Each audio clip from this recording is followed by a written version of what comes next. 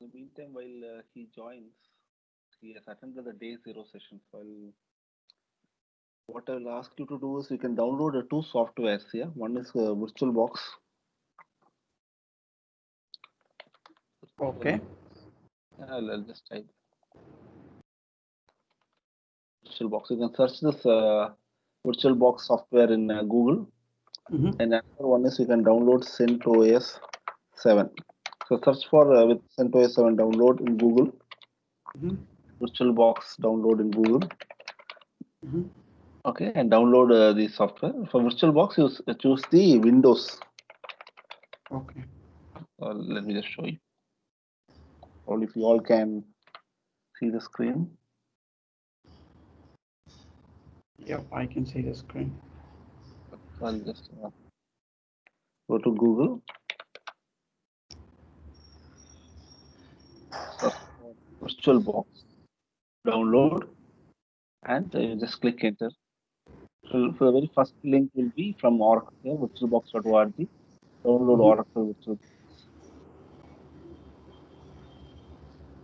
And if you see that the Windows host, okay, if you are on, yeah, you can select that Windows host. Then to ask for save file, you can just click on save file. Yeah. So this is the very first. Okay. It's an academic file. It will take some time to download. Number one. Second one is going to be a search for again CentOS, one word, CentOS 7.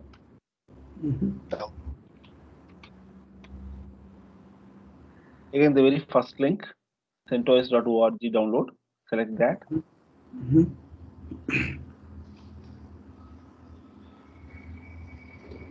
you can see that there's going to be CentOS 8 will be by default selected. So choose to CentOS 7. Yeah, because 8 is slightly different. Let's learn 7 and we'll learn the difference later. Okay. 7 and the very first, you say x86-64 ISO. Click on this. This will take you to some of the mirrors. You can select the first mirror or second mirror, whichever. Yeah, you can click on it. You will find that it will take you to a list of files. Yeah, Okay. choose minimal ISO. See this? Okay. There's around 50 files there. You can choose. Yeah. Okay. So normally, what people do is they will download everything. Instead, what I am going to train you is install a very basic Unix, and then we will start installing other softwares through our standard installation process. Okay. So I download this ISO. So these are two things that I want you to do. Probably, if this gets completed before the end of this session, we will also deploy the lab on your laptop. Okay. Then yeah, you're also following with me, right?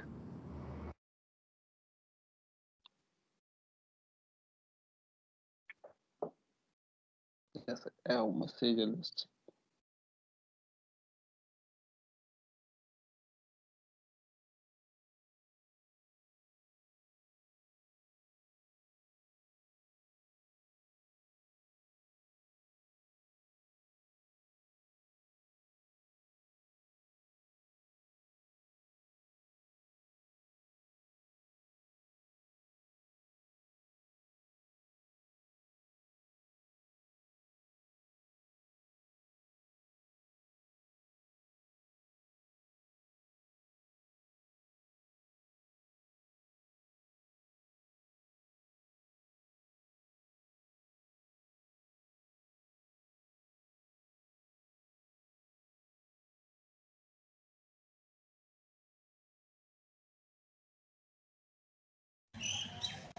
Okay, I think Sadish is also. Good morning. Good morning, Very Vinod. good morning, sir. Morning.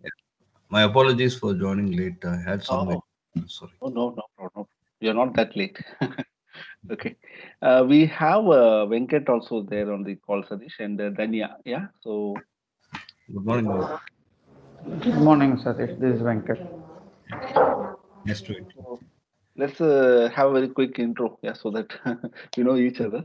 Uh, for you, I'm Vinod, and I'm going to be the trainer for the session.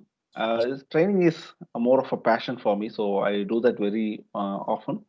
As far as my experience is concerned, I have over 21 years of experience, and I'm currently into more of a business and technology role these days. So for this particular session is more towards the people who are trying to learn the basics of Linux, which normally in training centers that's more bookish. Yeah. So what I'm going to do is giving a real-time training and to the expectation. Like for example, Sadish joined this session. The objective was for him to become a, security IT security professional. Yeah, for that the basic requirements are to have a Linux knowledge, networking knowledge, and the scripting knowledge. So the package is the master class is more towards that. Whereas the Venkat's objective was more towards, he is also over 20 plus years experience. So he is also looking for, from delivery role, he wants to have the technology knowledge so that he can manage both. So I'll leave that to Venkat to brief it up. So the course is going to be aligned in such a way that it uh, fits to your career, your expectation, and we can customize the program here and there to well align to your expectation. Yeah. So that's more about me. So I leave that to Satish and Venkat. Yeah, Yes. thanks. Sorry, go on, Satish. No No, problem. no. Go ahead, Venkat. We'll just Okay, intro thanks. session. Uh, Thanks, Vinod. See, as you rightly mentioned, I also have around 20 plus years of experience. Started my career as a more techie, but moved on into project management and people management. But during the time, I always wanted to have a hands-on with technology as well. So, but during the course, it turned out to be a more of Microsoft Technologies guy. So I had a little bit of experience in Linux related things. So I just thought, maybe this course will definitely help me to be get in touch and refresh my skills in Linux. Also, being security stuff is the latest hi-fi things. It would definitely help in my career and in my present job. That's my objective here. Super. Wonderful, Venkat. Satish, do you? Um, we know that Venkat, Venkat. I have around more than 15 years of experience from 2006 till now into IT field. Before that, I was into manufacturing for 3 years. So this is my overall years. Throughout my career, I was been as a business analyst, and from 2016, I'm working as an enterprise architect. I was working with an Renault till last month. Now I have joined a startup, and the key reason, as Vinod mentioned, is I want to shift my career towards cyber security. And as Vinod rightly pointed out, one of the key elements here is understanding of one OS, and I am very new to this, so I want to start from the basics. Vinod. Wonderful. And thank you. Wonderful. And we have a couple of other sponsored people like Arya and Danya. So Technito is sponsoring a few people to join, so they are also part of this first day session. And if they are interested, they will be continuing with the rest of the session. So welcome Arya and Danya. Yeah.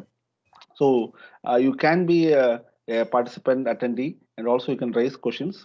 Today's session is going to be more of a intro session to make you clarity on what is Linux and the fundamentals of it. So that would definitely help you for taking your next class if you want, or we can have more detailed session at later. Yeah. So welcome all. So let's quickly start off with the session. So let me just go through the agenda first. So okay. So day one, we are going to see some of the basics of the operating system. Hope you all can see the screen. Yeah. So this is the agenda, and we are going to learn about what are the different components inside Linux. So once you know the fundamentals of Linux, it is much easier for you to manage the operating system. And also we are going to look at the different Unix variants. What are the similarities and what are the differences? Okay, so the objective of this course is once you learn one particular subject, then learning other subject would be much easier. Yeah. Can you see the agenda screen? If not, I'll just share it. I see that somebody commented. I can't see the screen. Okay, one second. Okay, can you see the screen now? Yes. Yeah, agenda. Oh, sorry. Okay, perfect. Yeah. So we are going to look at the similarities and dissimilarities of Linux. So once learning one particular flavor of Unix, that what we are going to learn is CentOS. The reason is the CentOS is an abstract of our Linux, which is used by Red Hat. Yeah. So Red Hat is very prominent in the market. So once we learn CentOS, Red Hat, Oracle Enterprise Linux are of a one family. Once we learn that, this particular training itself will cover three different flavors of Linux. Then I will also give you some kind of comparison sheets that will tell you the difference between one flavor of Unix and the other flavor of Unix. Okay, so I'll show that later. And then users and groups. So what is users? Like how are you going to create user in Linux? How are you going to manage groups in Linux? So I'm going to give you the internal clarity about managing users and group. Since Venkat and Satish are looking for security related stuff, 60% of the security is related towards users and files and permissions. Okay, so that's a very important aspect where we have to pay attention on how this security controls are enforced. And at the end of the session, we'll be doing OS installation and labs. So I've asked you to download a VirtualBox.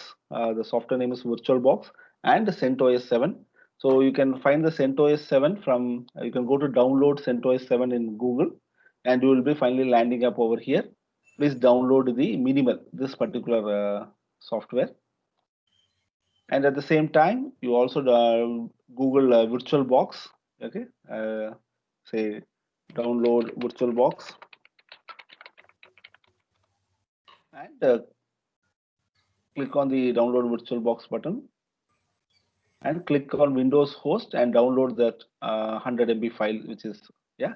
So get this downloaded parallelly. Probably at the end of the session, we will see how to do the installation. Yeah. So Sadish did that on Friday. So probably for others, it is going to be a session at the end. Perfect. So that's the day one's agenda. And when we follow on to day two, day three, day four, it's going to be the in-depth knowledge on uh, the different factors or different functions of Unix. Okay. So we are going to learn about Unix devices, how to manage disk, how to manage partitions, how to manage file systems. Okay. It might look a bit like tough, but I'll make it much easier. Probably the today's session will show you how the training is going to be. Yeah. And from day three onwards, we are getting into the much core of the or the advanced level of the course, where we are going to see how we are going to manage software. Manage software means installing the applications and how to configure them, how to enable them, so on and so forth. And comes the core part, the networking. How are we going to configure a Linux machine into a network, and how what are different networking possibilities are there, and some of the basics of networking, which is again an important factor in security. Yeah, when you take security into concern, networking plays another 20% of the share. And there are some inbuilt securities inside Linux. They are called firewalls and SC Linux, security enhanced Linux. So we will see that part as well on the day three and some hands-on. So day four onwards, we will be looking at the scripting part, how to automate things. So there is something called shell scripting. If you can search on the Naukri, Monster and all, you will find that there's a specific job for shell scripters. Okay, the reason is it's a native scripting language, and most of the sysadmin tasks are automated using scripting. Again, on the security front, you will be doing repetitive tasks, like you might be checking a specific security control on multiple systems. So you need not to do the command over and over again. You can do a scripting. So I'll be training you on how to do the scripting part. And last, on fifth day, we will see some of the architecture side of things, like how an architect would think and how a sysadmin would think. When it comes to architect, there are some 10 factors like availability, continuity, scalability. So there are many things are there. I will tell you that how you have to consider those part, the planning aspect of it, and some of the possible interview questions and how you have to attend that, and couple of troubleshooting related questions, because we know that not everybody will face the problem. So I'll tell you that there might be people who have experienced some issues and how that has been raised and how that has been fixed. Yeah, and some of the best practice discussion. So it's going to be a very easy training. So even we have 20 plus years experienced people on the training, and we also have freshers and mid-level people on the call. So this training is a very common training. It's a master class where you will get the knowledge on Linux end to end. Okay, so feel free to ask questions, and please do type your questions on the chat box, or you can ask, and also raise your hands. You know how to raise the hand, so you can do that on Microsoft Teams. Yeah. So let's quickly start off with our session. I'll just Sorry to yeah, interrupt, Vinod. yeah, yes, I'm trying to join in my laptop, so I'm waiting in the meeting lobby. room. You may Okay, have to, yeah, so that I can. that, Yes, yeah, done. Thanks. okay.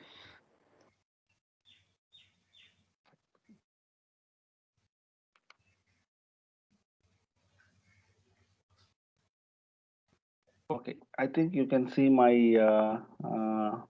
whiteboard. So let me just quickly introduce you to Linux. Yeah. Okay. So before we start off with the Linux, I want to tell you one interesting fact, which is called chaos theory. Okay. You know what is chaos theory, right? Chaos theory is something like I'll give you a real-time example. Like you walk to a railway station, and there are so many trains stopped at the platforms. And when you stand on top of a bridge and when you look down, you will find there are a lot of chaos, right?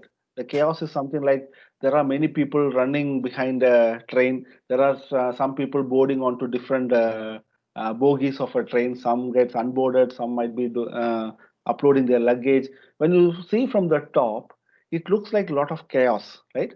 You will feel that people are running here and there randomly. What the hell is happening? So that's how it looks from the top of the bridge.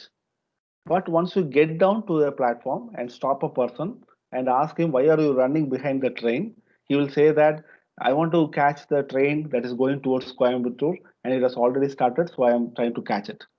And if you ask another person, why are you boarding this particular bogie of a train? Then he will say that I'm going to Madurai, and the train is on platform number 3. My coach is S4 and seat number is 15. So I'm going to board there. So when you get down to each person, everybody have a intention and everybody have a plan to board the things. But from the top, it looks like a chaos, correct? The same way, when you are trying to learn Linux, you see a lot of things. Like I showed you an agenda. You would have felt that, oh my God, this many things I have to learn. So that's what you felt initially. So that's like a chaos where you're standing on top of a bridge and looking at the operating system from the whole. You feel that there are a lot of things to learn. There are a lot of issues are there. So I'm just trying to sort that out. We'll go and stop each person. We'll see what that particular module is, and you'll get to know that, oh, this simple it is. So that's what the feeling I want to create. Okay, so that's what the objective of this training. If you are not clear, you will get that cleared. So 7 to 9 is not the ideal. What you call? I would say that it's not the boundary. We can even extend, or we can also have another session later when everybody is comfortable. If we are not clear, I can have a one-to-one session with you as well. Okay. The objective is you should get a complete clarity on the subject. Perfect. So let's start with the operating system. Yeah. So you all know that there are what is an operating system? Okay. So before getting into an operating system, I want you to feel that there is a similarity between the computer system and a human being. Yeah, like how God created human being, a human being created the servers. Yeah, the servers and operating system. So you have to think that you are. I'm training you to be a doctor. You are not going to treat human beings, but you are trying to treat a machine. Okay. So when you take a one-to-one comparison between human being and a system, let's say the comparison is something like, sorry, okay, hardware. Okay, hardware is something like our body. Okay, so you can see a hardware will have a motherboard, a CPU, display card, sound card. So this they are like our hands, eyes, and like most of the parts of our body. Okay, so just to compare hardware as a body. So like you, me, and everybody have some sort of hardware, right? Similarly, there are different models: Dell, IBM, Oracle. Everybody is creating some different hardwares, which are like different bodies. So, but can a hardware work without a soul? It is almost like a dead body. Like you buy a new laptop or a new hardware from a market, and it doesn't have an operating system, which means like almost like a dead machine. You cannot use because you cannot speak to a hardware. You cannot go and command a motherboard just by your voice. So you need somebody to translate that part. So normally people think operating system is a translator. Yeah, but operating system is not just a translator. That is just for a common man. In this training, you'll get to know what are the other functionalities of a operating system. Okay, so the operating system. This is what we are going to learn today. Is a soul. Okay, you know how important it is, right?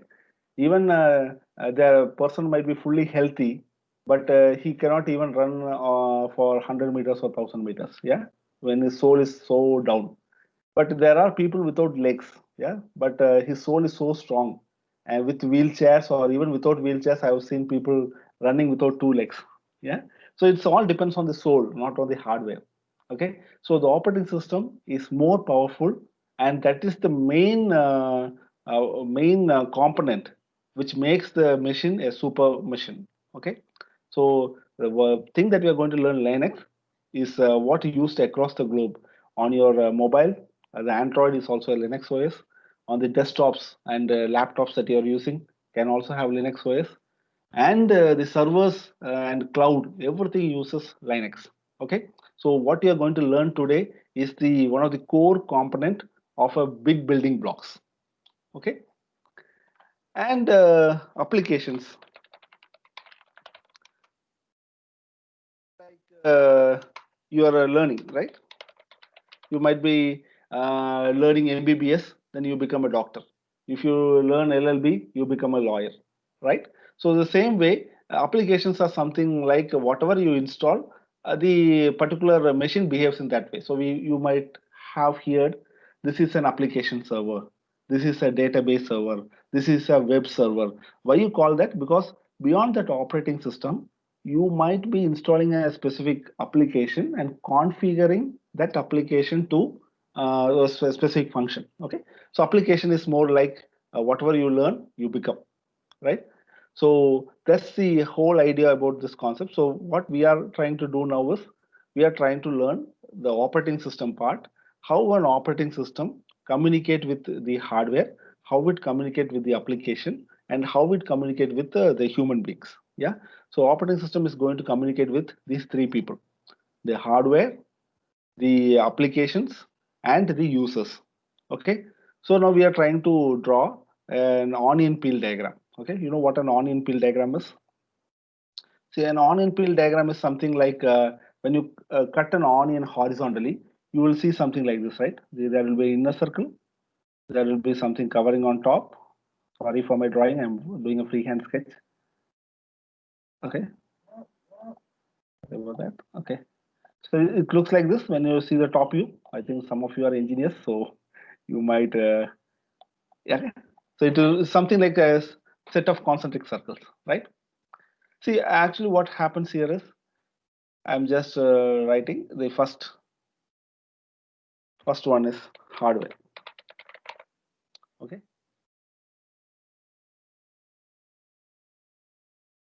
So the innermost circle is the hardware. Okay. So hardware is the smallest piece, and you know that hardware how it works, right? You saw the signals of ones and zeros, which means like switches. You give a signal or you remove a signal, the hardware will take that switch as a control and it will operate. So you cannot speak to a machine with ones and zeros. So normally we use a high level language like how I am conversing with you.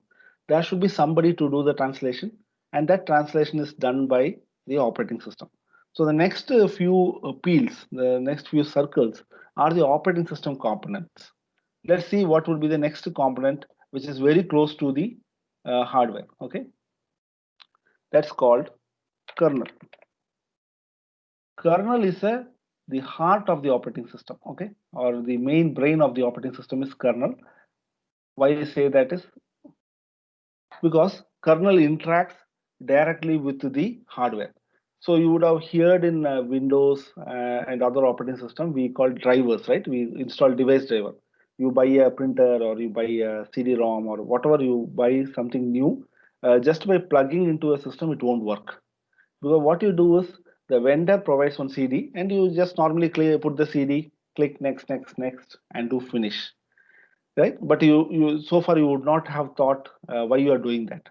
What you're doing is like when you are connecting a new third-party device, the driver CD is something that the manufacturer says that how this machine understands the language, whatever the language that particular printer uses, that can be converted into the your hardware understandable ones and zeros. So once you install that driver, the driver will sit on top of the kernel, and whenever that machine communicates, this kernel will use the driver to convert that into ones and zeros and connect with the hardware. Okay, so kernel is the very core element in your operating system. Okay, so it's a very small piece of, it's only few MBs. Okay, but that is the very important part. Like in your human body you might be 75 kilos, but your 1300 grams of brain, yeah, does the full function. If that is not working, nothing works. So kernel is a very key part. When you take the security side of things, you can see Linux kernel is one of the most attacked part. Okay, because when you attack the brain, the entire system will stop. So the attacker's core area is kernel. So keep patching your kernel. You make sure that your kernel is more secure. Okay, so that is a very second part is kernel. Third is libraries and system calls. Okay, don't worry on this. I'll just say what it is.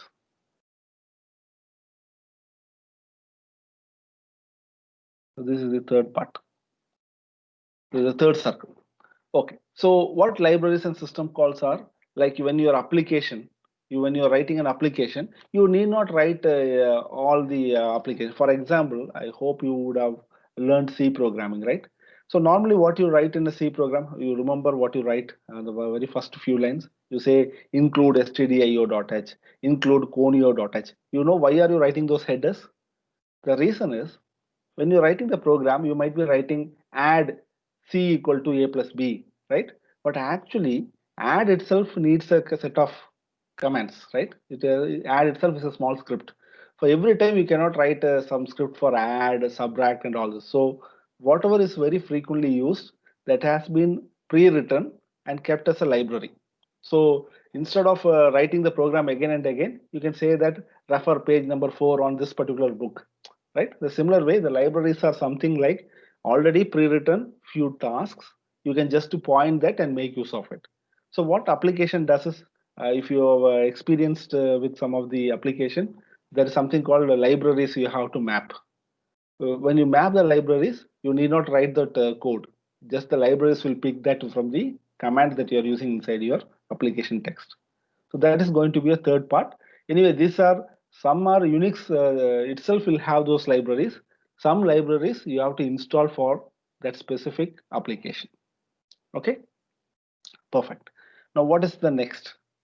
Then comes the important part called shell. I'll install shell. I'll say I'll put commands first. So this I'm adding it new. Normally it's shells directly.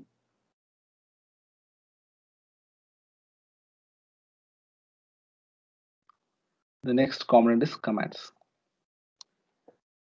Okay, what is a command? Okay, over here I'll also take one of your fear. See, usually why people are hesitant to learn Linux and Windows people still learn, but why people hesitant to learn Linux is because of the commands. Yeah, and the fear is, oh, that is running on servers. If I do, what will happen? I have fear of working with servers. Yeah. So first thing that I want to clear or air out here is you don't have to have a fear on servers. Okay, in real world example, whom do you call a server? Yeah, you when you go to a hotel and you wait at a table, somebody comes to you at your table and asks, sir, what can I do for you, or what would you like to eat? Would you like to take dosas, idlis, right? That person is called server.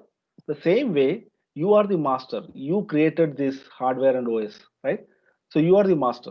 That machine is a server, it is waiting for your command. You are the master and that is the server. Okay, so you should not have any fear on working with a Linux server or any OS in that regard. The reason is you are the master. I'm going to make you sure that you are not going to make any mistakes. Okay. Just imagine that if I ask you to do a brain surgery or a heart surgery, how confident are you to do it? You're not confident. But there are doctors who are doing 15 to 20 surgeries a day. How they are doing it? Because on the initial days they have the fear like you, but once they get to know how the heart works, how the brain works, and how what are the do's and don'ts, now they are every day they can be blindfoldedly they can do the operation, right? So same way I'm also going to expose you or give you that my 20 years of experience, so that you feel that, oh, it is very pretty easy, what I'm going to do will not harm the system, what I'm going to do will harm the system. Once you get to know that, then you will have clarity on what you're doing. Okay, so there are commands. Okay, I'm going to also take the fear part of you the next after this, where there are a lot of commands are there and commands are bigger. I will also clear those doubts that you have. Okay, the one of the fear factor in learning Linux is, oh, there are too many commands, so I'll clear that out. So the commands are something like you're ordering. Okay. So when a user orders or an application orders something, that commands will ask the libraries and the kernel to convert that into the machine understandable language and do it. So commands are something like you want to add something, remove something, or list something. So these are the commands, right? You'll say that I want two dosas or one idli or one coffee. So these are something like commands. You are just ordering. So you whatever you order, the order is in a real world example, but when you say in Unix world, it's command. So there's a small difference between order and command, right? So when you see in army, in military, they say command. The command is something like when you say die, the soldier will die. You shouldn't think twice. So your server is somebody like a soldier. Okay, you say remove files, that's it. It will blindfoldedly remove things. Okay, so you should be very cautious. So being a commander, you should do only the execute the right commands. And Linux is an illicit obedient guy. Okay, you say die, it will die. Okay, so be a good master. Okay, so I'll tell you what are the commands that you should be very cautious about, and what are the commands that you do prior doing these commands.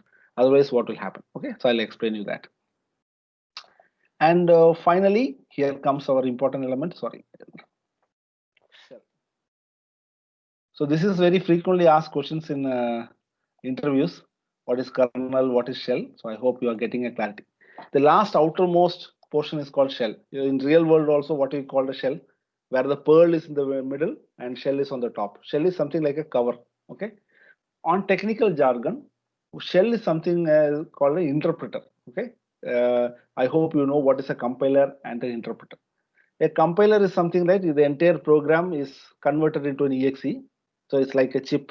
So it's something like this. You know how a chip works, right? So I create a chip, and there is a lot of programs that we do it, right?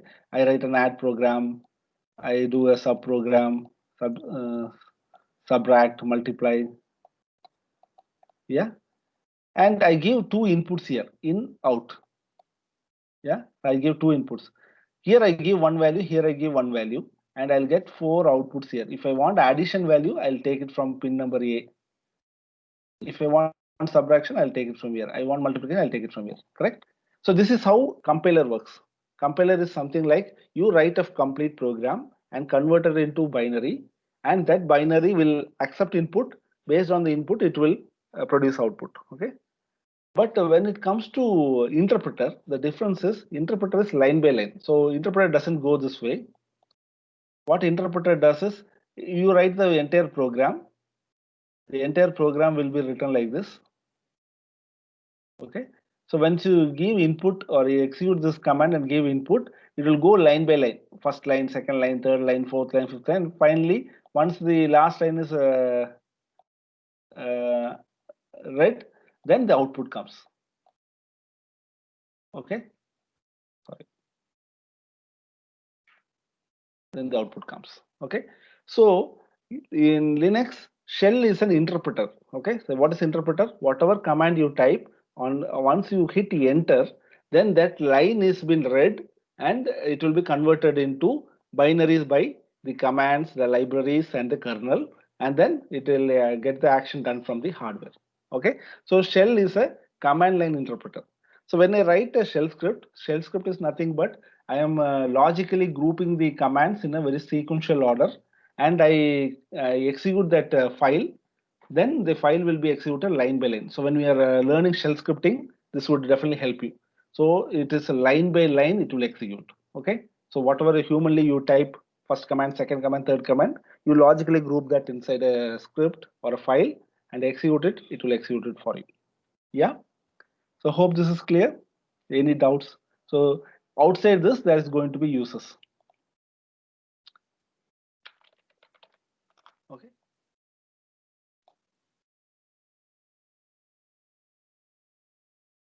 Outside, there will be different users will be there.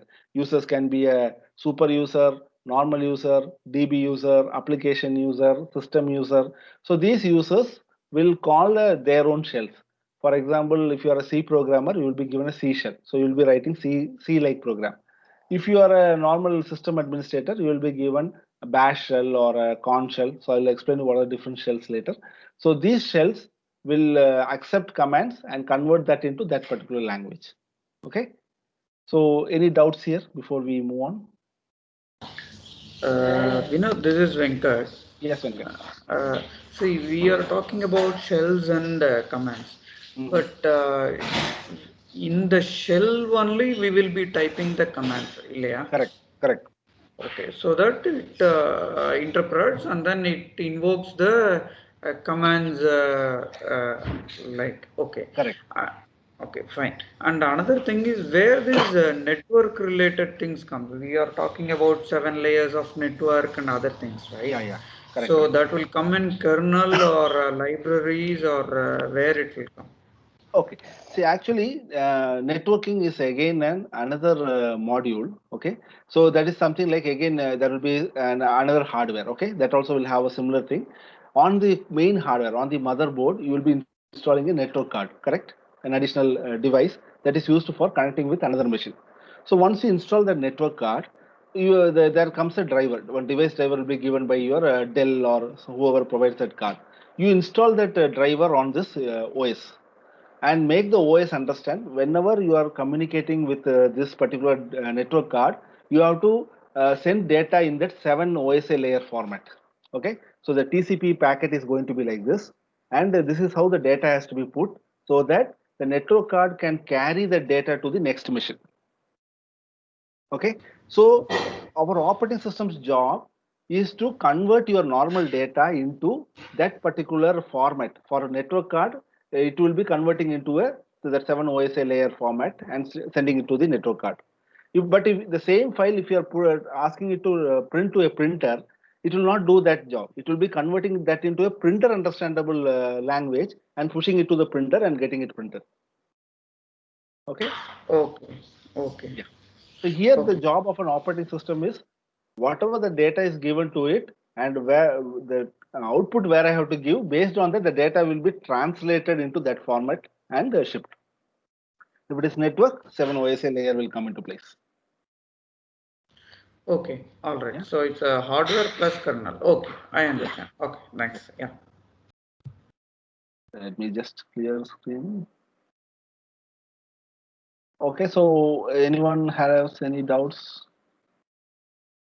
I'll just clear off.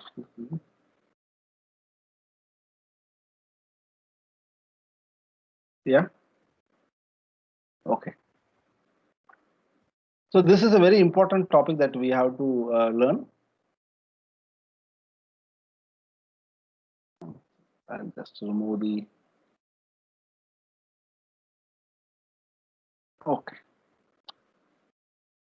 Any doubts? You can just ask. Yeah. Okay.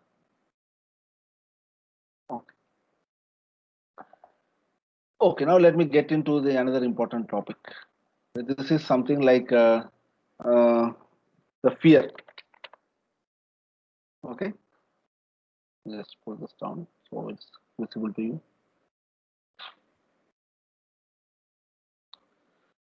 Okay, so normally what are the fear that one has is working on servers. Will I be able to work on server? So which I already cleared that out. You need not worry.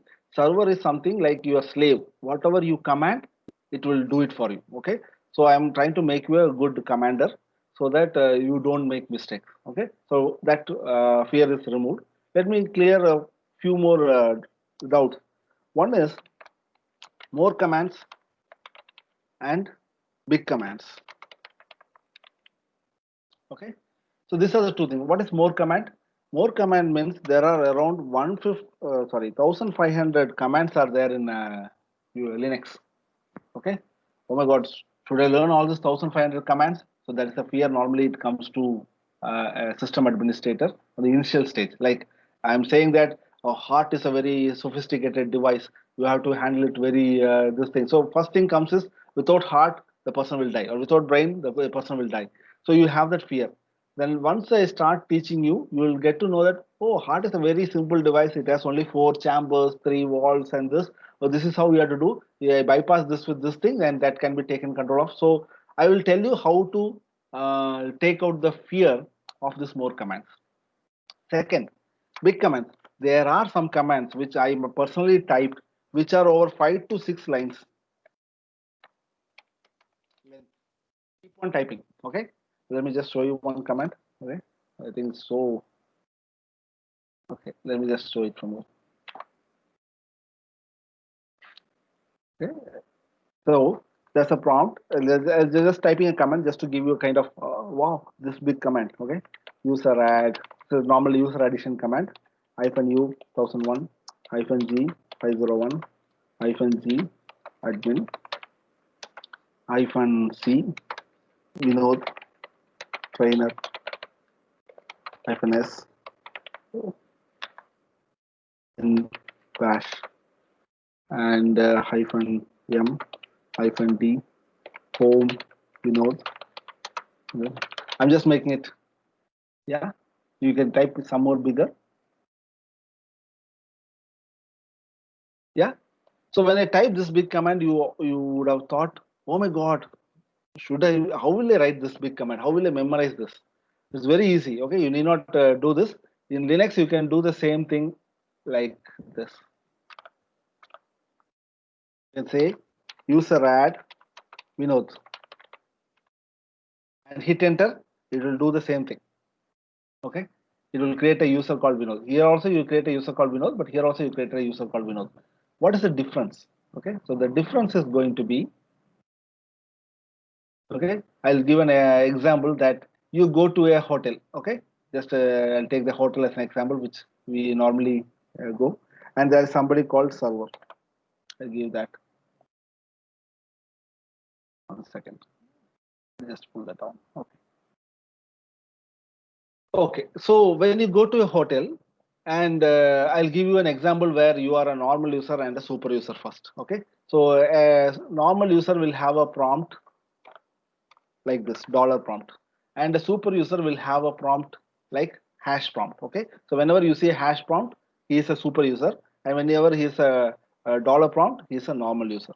Okay, so hash prompt is something super user, which means that he has access to all the 1,500 commands. Okay, but when it comes to dollar normal user, he doesn't have access to 1,500 commands. He will be having access to from 600 or 700 commands only. Okay, so something like he will not do any harmful commands. It's called normal user, and super user is the one who does major tasks, system admins will have a root user privilege. And in real world example, like you go to Saravana Bhavan and you say, can you give me pongal? Or you go to a pizza and you say that I want a cheese pizza. So if the cheese pizza is not there or if the pongal is not there, what the server will say, sorry sir, we don't have, would you like to take something else, right? So that's what a normal user is. But whereas the Prime Minister of India or the Chief Minister of Tamil Nadu goes to the same hotel and asks for pongal, pongal is not there or cheese pizza is not there, what will happen? They will not say no. They will go prepare and give it, right? So the difference between you and the chief minister is, chief minister is a super user, he has more access. But whereas you are a normal user, you have a limited access. Okay. So whenever you look at a prompt, you have to think that what level of access you have. So whenever you have dollar prompt, you have limited access. Whenever you have hash prompt, you have a super user access. Okay. Okay.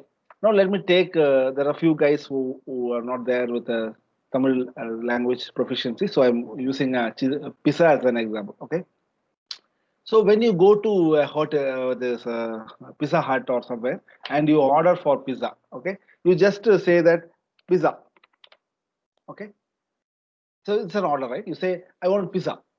So normally there's become a default order. Okay, what happens, like you say user ad Vinod, something like it's a default order.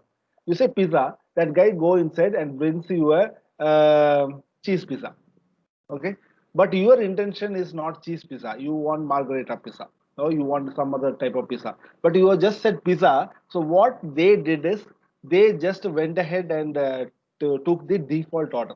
They bought you two cheese pizzas. Okay, so the ones that comes to a table, then what you say? Oh no no no no no! I don't want this cheese pizza. Can you get me margherita pizza? Can you get me that X pizza? So you are just saying that no changes, right? But instead, you would have said that I want margherita pizza. So whatever that comes with the hyphen symbol, you see that there's a hyphen symbol, hyphen C, hyphen S on the top. So this hyphen means that there are different options are there. It can be hyphen margherita, it can be hyphen cheese, it can be hyphen what do you call that, veg pizza, or it can be hyphen chicken pizza. Okay, whatever comes with a hyphen symbol is called option. So that are the different options of pizza. Okay, so we say pizza hyphen margherita. So now what happens when you say that I want margherita pizza? He goes inside and brings two margherita pizza because you are not told him how many is required. Yeah? So how many is kind of an argument. You say I want two margherita pizza. So when you say that two, that becomes an argument. Sorry, that becomes an argument. So now when you say, instead of just saying pizza, if you say pizza hyphen margherita two, what happens? You get the two margherita pizza. Sorry, but so two margherita pizza at your table, right? So in one single order itself, you got the right thing in front of you. You can also expand this saying that hyphen Coke. No, I don't want Coke. You can say that I want what do you call that oregano. Oregano. Yes. Yeah. So when you keep typing your command bigger and bigger, it is like a filter. You are getting the right order in front of your table. Otherwise, you have to keep on changing it, right? So typing a big command is just by ordering it in the right thing. But you need not remember everything. Okay, I'll tell you how this big commands can be easily taken care of. And even in interview, if they ask you something, how to respond to it, I'll tell that. Yeah. So on this particular command, what we do, after typing user ad, I have to keep on changing. I have to say user mod and say I don't want the user ID as one. I want user ID as 1001 and then say Vinod. And again I say hash user ad, sorry, user mod, and say that please don't use the default directory. Make the directory as home Vinod K, and then I say the username. So like this, I have to keep on typing the commands. I have to type 5 or 6 commands to get the desired result of what I did in one single shot. You're getting it? Okay. So the objective of typing a big command is that when you type the big command, you got it in one shot in front of you, but you can also do it in 10 commands and get it done. Okay. This is not like a development. okay, where you have to have the code much simpler so that your performance is improved. As far as sysadmin job is concerned, time is not a factor. Okay, you will get four. Even the what called the tighter SLA is 4 hours. You have 4 hours to get it done. User addition and all is like a very low priority ticket. You will have 3 days to 5 days time to get it done. So you type in one command or 10 commands or 15 commands to get it done. Not an issue at all. How much commands you are taking is not a problem in system administration. So you can get it done in any ways. But objective is we know the user has to be created with the given attributes. Is that clear? Okay. Now let me just start one of my VM machine and one sec, so that that would help you. I should have started it earlier. I forgot. Okay. Once you install VirtualBox, you'll get that machine up. Okay. So when you are learning the big commands, what help I'm going to give you is normally in Windows and all, you have any doubt, what you do? You go to Google and you search it, right? In Linux world, you go to Google and search. You will still have that particular Google taking you to the man page. Okay, you know what a man page is? Man page is something that man page is something that it's a help page manual in probably Satish Rao will know that he worked from for manufacturing industry. So for every hardware there will be a manual how to use it, right? So like that for every command there is a manual also shipped along with the command. Okay, so Google also will route you back to the man page. So whenever you are in doubt, the first thing that you have to do is man page. So even in this training, whenever I going forward, okay, going forward in the further classes, when I say that some command, you don't ask me what is minus C, what is minus D. Okay, you have to just type man and the command name and go and search for minus C. You will find what is minus C is, what is minus M is, what is minus K is. Okay, so man page is going to be your manual reference, and how that will help, I'll tell you. When you go for an interviewer asks you that, okay, what is minus M in user add command? Okay, if you don't remember, you don't say I don't know. Okay, what you can say is, oh, currently I don't recollect what minus M is, but by using man user add, I will find what is minus M stands for. Though your answer is 75 percentage weightage is already given to you because you know where to find it. As a system admin, there are 1500 commands. Each command will have 26 alphabets of uh, 26 alphabets of this thing, what you call options and arguments. And nobody can remember. Even if you ask back the interviewer, he cannot answer. But you know where the answer is, right? So that would help. See, let me just show you. When I ask you what is hyphen M, you don't know. You can just type man and user add. So now this will open. Okay, I hope you can see the screen. Okay, when I say man user add, it will. Oh, sorry, that's a typo. Man user add. Okay, you see a user add man page has opened. So it will have a name. It's a short description about what this command about. The user add command is used for creating a user. And what synopsis? What are the different options that is possible with the command? And detailed description and options will come into place. So you can just press space bar and it will keep on. You can see that I can use hyphen B, I can use hyphen C, I can use hyphen D. So there are a lot of things. By just by pressing space bar, it goes. And there is an option for search. You can type slash. Yeah, slash is a search button. You can see a slash came at the bottom of the screen where the cursor is. And I say hyphen M and hit enter. It will take me directly to the hyphen M. You can see that this particular area got highlighted. Okay. And again, I hit enter. Sorry, next. It will take to the hyphen M. Yeah, it will say that. But look for the hyphen M at the left hand side, like here. See, hyphen M is to create home. So if I want to have a different home directory or if I want to create a new home directory, I have to use minus M. So like this, you can get the answer for hyphen, the options and arguments, right? So in an interview point of view as well, and also in your real-time experience, whenever you encounter some commands, which even you have a slightest doubt what that option does or what the argument does, the first thing you have to do is go and search the man page and then execute the command. As I told you, you should be a good commander. Without knowing even a single syntax of that command, if you execute, that will harm the system. Linux is an illicit obedient slave. You ask him to die, it will die. Okay. So you are to be a good commander. You should know what command you are executing. So please read man page. More you read the man page, more the experience you get. Okay. So one of the other exercise that I'm going to give you is at the end of the session, I'm going to share you a couple of commands. Okay.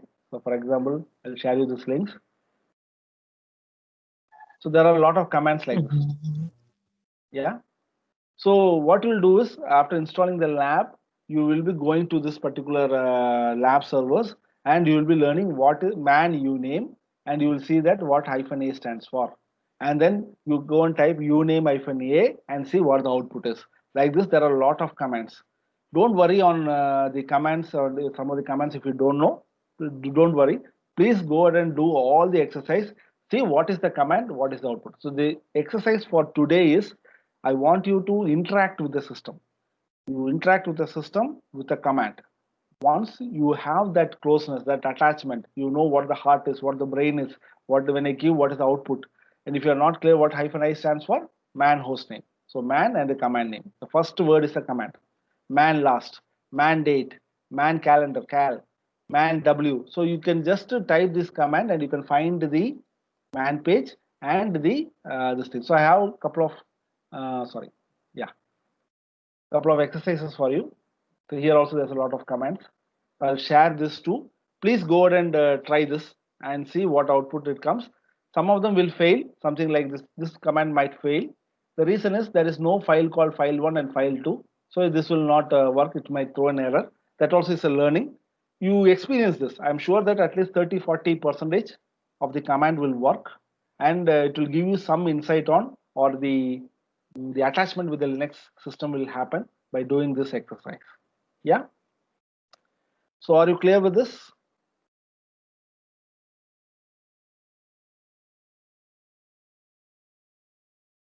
Go back. Yeah.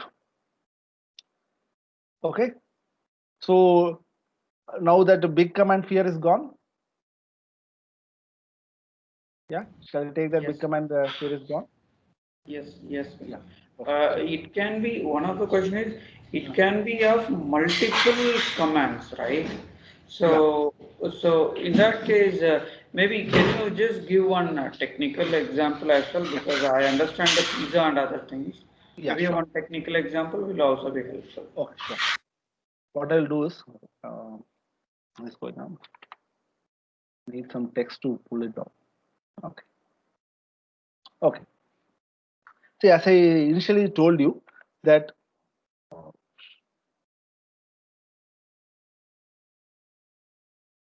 let me just bring it to the center.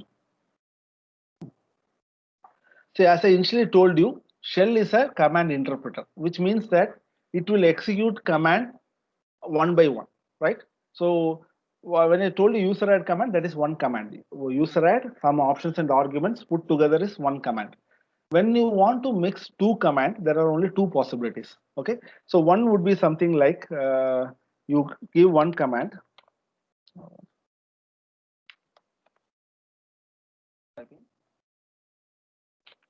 You type one command, some options and arguments. Okay, and put a semicolon and give another command. Okay, so this way what happens is once it finds a semicolon symbol, then this command will be executed first and immediately this command will be executed after that command. So this is command after command. Okay, then another option is you execute one command with some option and argument. The option and arguments are optional things. Okay, so a single command also will work, and there comes a pipe redirect. I will say redirect. Okay, redirect, and then another command. Okay, so what happens here is this command will get executed and the output of this command is fed as a input for the next command. Okay, so for this command the options and the arguments will be coming from this command. So let me give you one example with the server itself.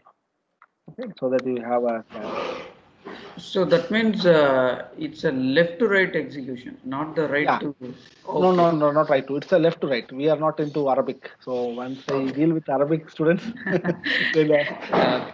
Okay. yeah. Okay. So it's something like when I say ls command, so it is a listing command. Okay, it's to list all the commands inside a particular directory. Okay. So when I say echo Vinod, so it again, if you can see that it shows the output Vinod, right? So these are two different commands. How I combine both commands is ls semicolon and say echo Vinod. Now you see ls command is also executed, and you see the Vinod at the last. Here two commands are executed this way. I can also say ls echo Vinod cat summary dot report. Okay,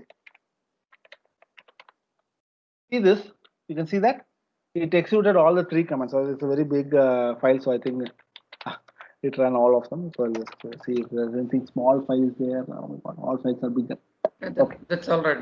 Yeah. I could say at least. Yeah. Yeah, perfect. So that is the very first thing I said. You can have multiple commands in one single prompt itself by separated by semicolons. The another one is, for example, I say echo Vinod. This is a command. Okay. Now by using redirect, what I'm saying is echo Vinod, and I say redirect. Redirect is greater than symbol, and I say that put it on slash temp my name. You see that there's no output came. The reason is this command's output has gone to the input of for a file name. Instead of opening a file and editing it, we see cat temp Vinod. You will find that file. Oh, sorry, my name. You see, Vinod is written inside because I have given temp my name is the file name. So inside Yeah. that, the Vinod has gone. Yeah. Yeah. Yeah. Yes. Yes. Likewise, I say ls. There's a lot of files are there. So I'm going to give ls pipe grep and say that I want files that has a report at the last.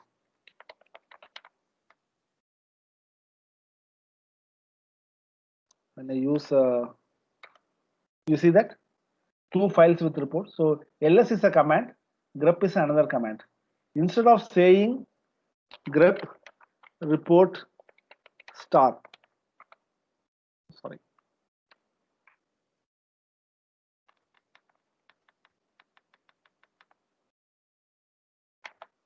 Instead of saying grep report and the directory, I am just saying ls pipe grep report. So what happens is the output of ls command is fed as a input for grep.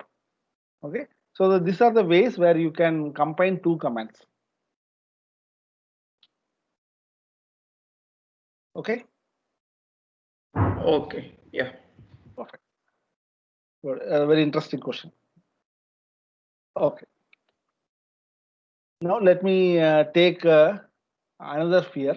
This fear is something like, oh my God, there are 140 commands, sorry, 1500 commands.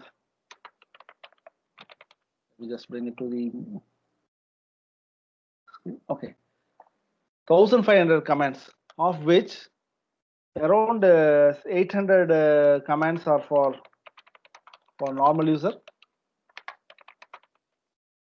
and around the remaining how much? 700 commands? 700 commands for super user. So how will I memorize all this? Okay, you need not worry.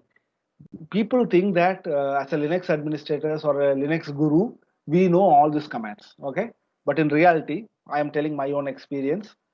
I have learned only 40 commands, 40. Okay, just 40 commands is enough. And that too, I'm saying after 20 years. So in your initial days, 10 commands or 15 commands is enough to do the L1, L2 task. Okay, the remaining things are much easier.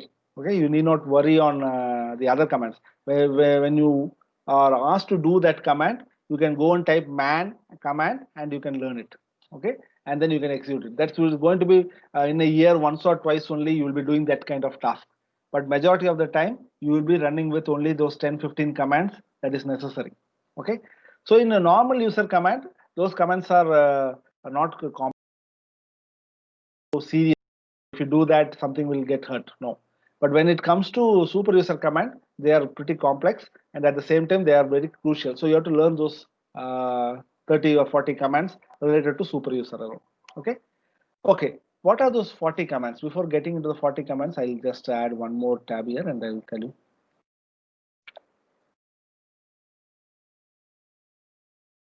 Okay. Okay. See, as a system administrator, okay, as a sysadmin or a security admin, whoever you are, see, what we do is two major activities, and each activity will have four actions. Okay. So what is the first activity is, so as an administrator, you will be doing either add, remove, modify, list. Okay. See, when as a system administrator, what would be your job? Just imagine a sysadmin in your office or whomever you know. What they normally do, you just ask them to add a user or add a directory or add a group. Yeah, right? What that's what you ask them to say. You tell them that you want to add something, or you will tell them remove that, or you say that no, modify that to this, or you say that tell me what are the things that are there. So list is one of the important command for security users, because they will be listing. They will not be doing any add, modify, remove. Add, modify, remove is primarily done by the sysadmins. So these are the four things. You do add, you do remove, you do modify, you do list. Okay, remove or delete. So most of the commands, what is there in the Linux system are on this. So if you learn 40 commands, 40 into 4 is roughly into 160 commands. Like if it's like user add, user delete, user mod, user list. So there's four commands, like a group add, group delete, group modify, group list. So by knowing only the important function, like whatever I showed you on the agenda, what you're going to do is, if it is software, you should know what is the software prefix, and you say software add, software remove, software modify, software list. With network, you say network add, network remove, network modify. So that's how it is going to be. Whatever I'm saying, software and network is at this point in time, but when we get there, we'll get to know what those commands are.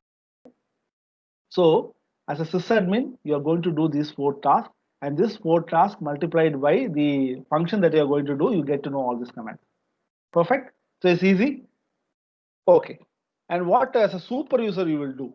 Okay. The prime super user, what they do is primarily with starting up the server, shutting down the server, starting a service, stopping a service, killing a process, and all this, right? So mostly what the other four tasks that you do is, you will start, you will stop, you will restart, and also you will do status,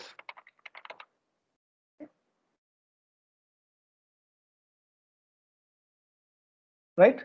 So this is number one. This is number two. So you will do start, stop, restart, and status. Perfect. So by knowing this 8 into 40, 320 commands, you just learn like that. Okay. So 320 commands is something like almost 25 to 30% of the operating system's important commands. Remaining commands are used very rarely in your lifetime. Okay. Even I have not used it personally. Very rarely that comes. Like I were to attach this machine to a fan device or something, then the command also will come along with the guide. I'll go research, learn, and then I'll execute. But that's once in a thing. But as a sysadmin is concerned, or a security admin is concerned, learning Linux is that easy, just by learning this 8 actions: add, remove, modify, list, start, stop, restart, and status. Is that fine? I hope you guys are taking notes as well. So yeah, because this session is more of uh, clearing things. Okay, so I hope you are getting clarity on the operating system.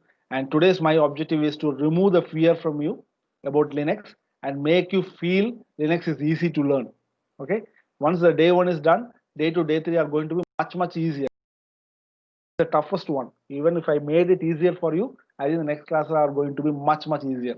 Okay, so people with fresher knowledge, mid-level knowledge, and senior level people are here. I hope everybody is covered with all this subject. Right? Any doubts so far before we get in? I'm good. Satish, fine so far? Yes, I'm fine. no problem. I'm clear. Perfect. Perfect. Okay. So the next thing, okay, we have covered the first part. I took a pretty long time to get this because this is a very important subject where you got to know about operating system, you got to know about the core components, kernel, shell, commands, libraries, and so on. I'll give you these two exercise, okay, after this training, or I'll just post this links on the chat. Probably that would you can copy it.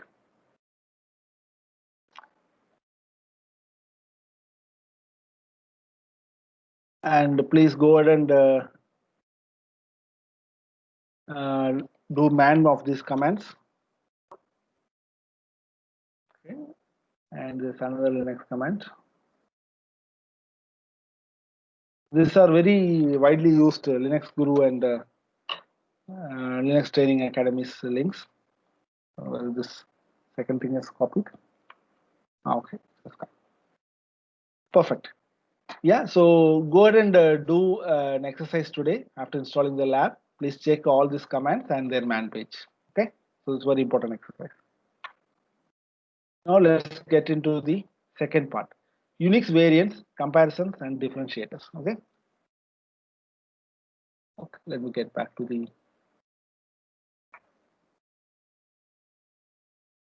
Okay. Yeah, that's the easiest thing to do. Okay. If you see Linux, okay, that's a difference between Windows and Linux. Windows is a proprietary operating system, okay, from Microsoft.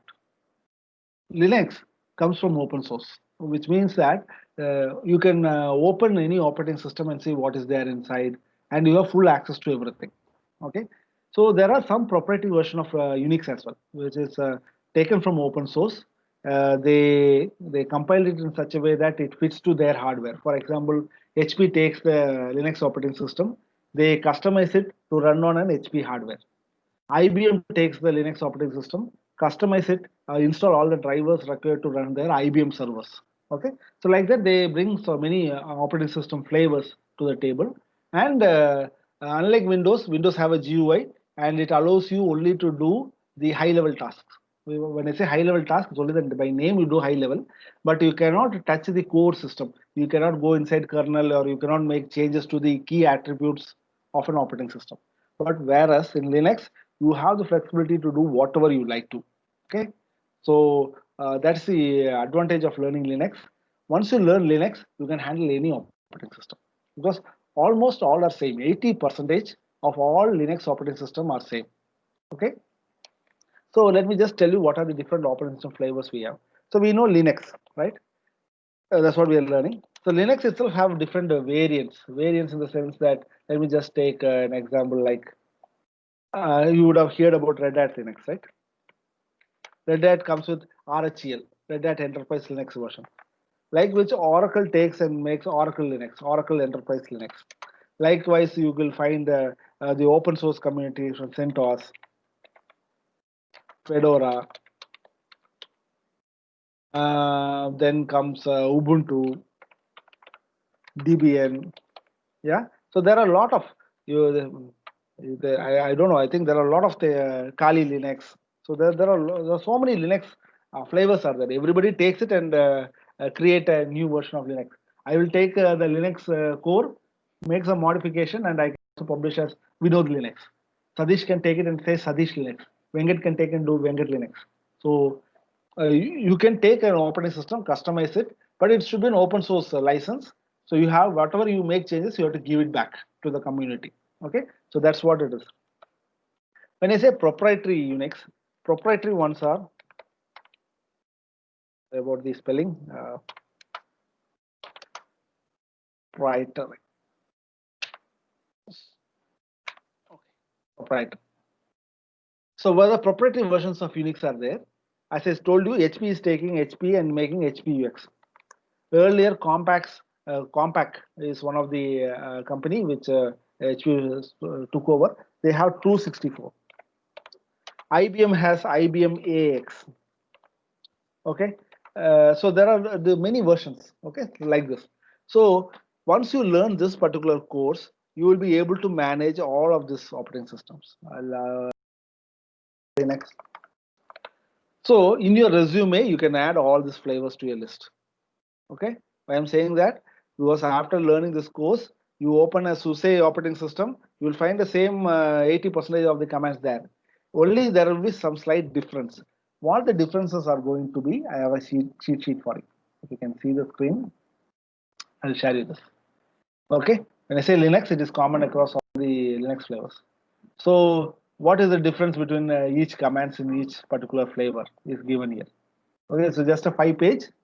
So you learn only this. See, I'll take you one example. See, user add is one of the command used in all the HPUX, Linux, and other files. Only in IBM AX it is MK user. So the command they just changed, but ultimately all the options arguments are same. We'll for adding a user, we will give a username, we'll give a user ID, GID. So all this option argument will remain same. Only command got slightly changed. So by using this cheat sheet, you get to know the other flavor of operating system. So you learn one OS and expand your knowledge by learning the differences in them. Okay, as I told you, 80% are same. The 20% difference is what there in the cheat sheet. I'll share you this cheat sheet as well at the end of the session.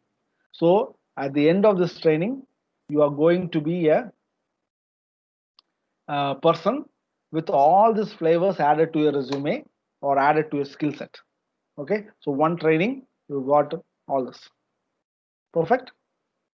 Good.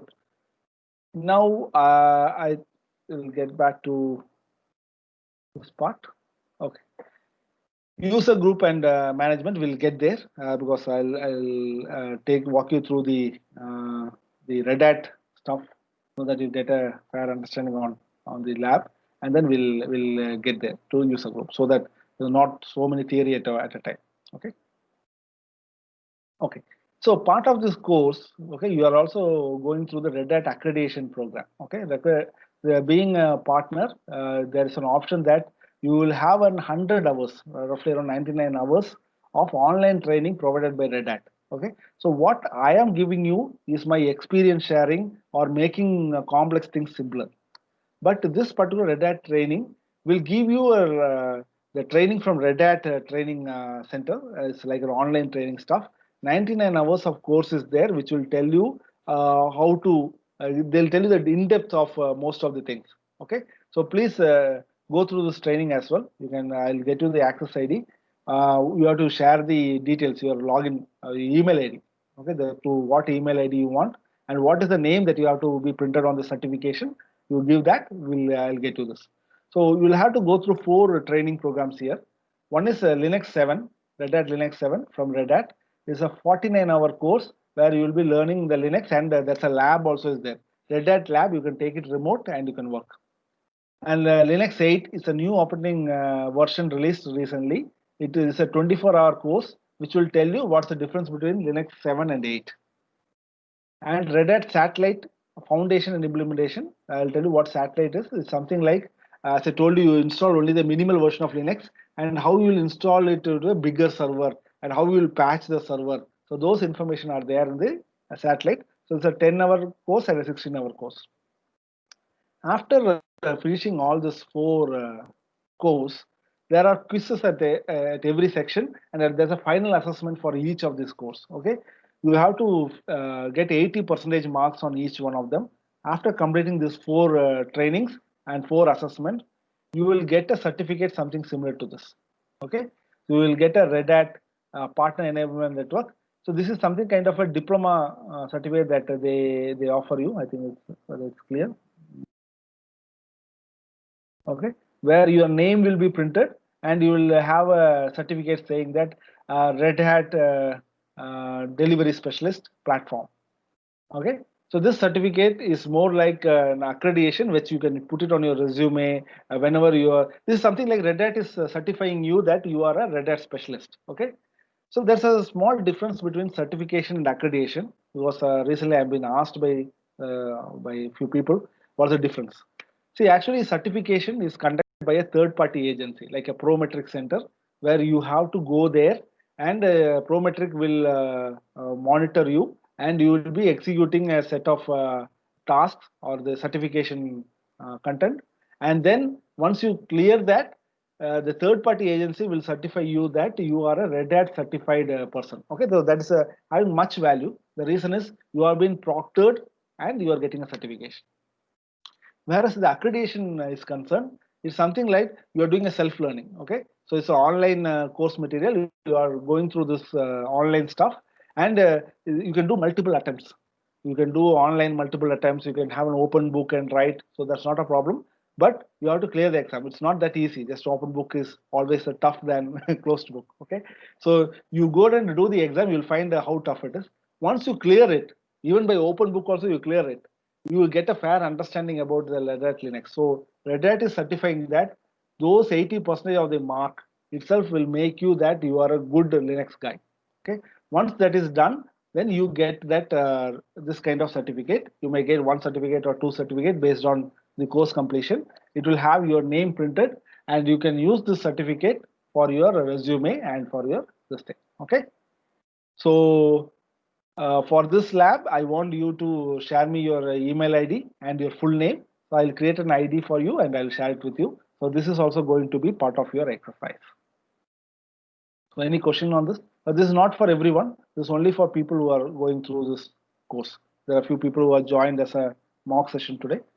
So this is for Venkat and Satish. Yeah, perfect. Okay, let me get back to the server and change 1.105. Okay. Normally, you would have seen people using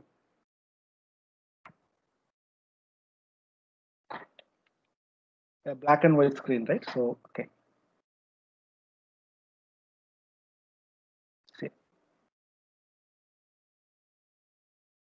give me a moment. I'll take a sip of water. Meantime,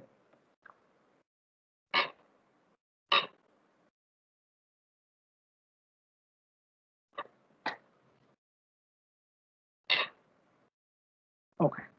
You also have to download a software called Putty, P-U-T-T-Y. Okay. 192, 168. What's the name? It's 1.105. Okay.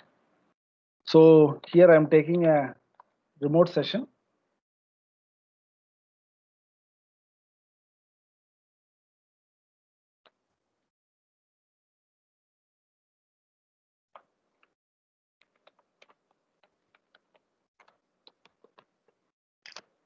One second.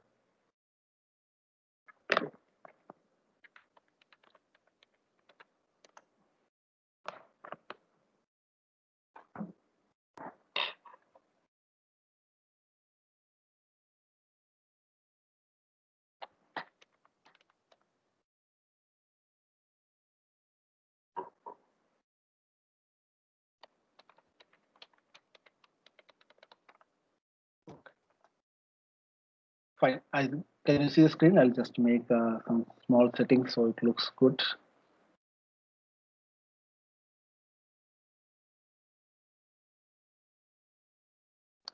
Make it 12, make it bold. Okay, apply. Okay. I think now it looks pretty neat. You can also see from. Okay.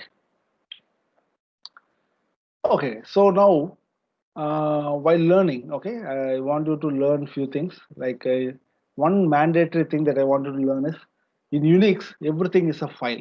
Okay. So this jargon I want to put it on the dashboard. In Unix,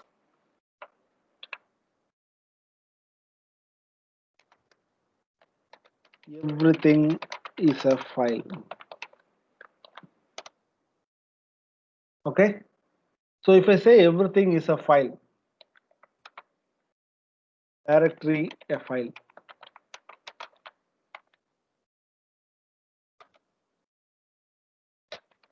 is user a file, user is Venkat, Satish, Arya, yeah, you users are a file. Is printer a file, printer or hard disk? Okay. Yeah. So it's a question. So How many of you feel that it's a file or not a file? Is directory a file? You can raise your hands or you can say yes, it's a file or not, it's a file. Yes, yes. Hmm? Well, your voice broke, but I saw you raised your hand. Is directory a file? Yes. Also fine.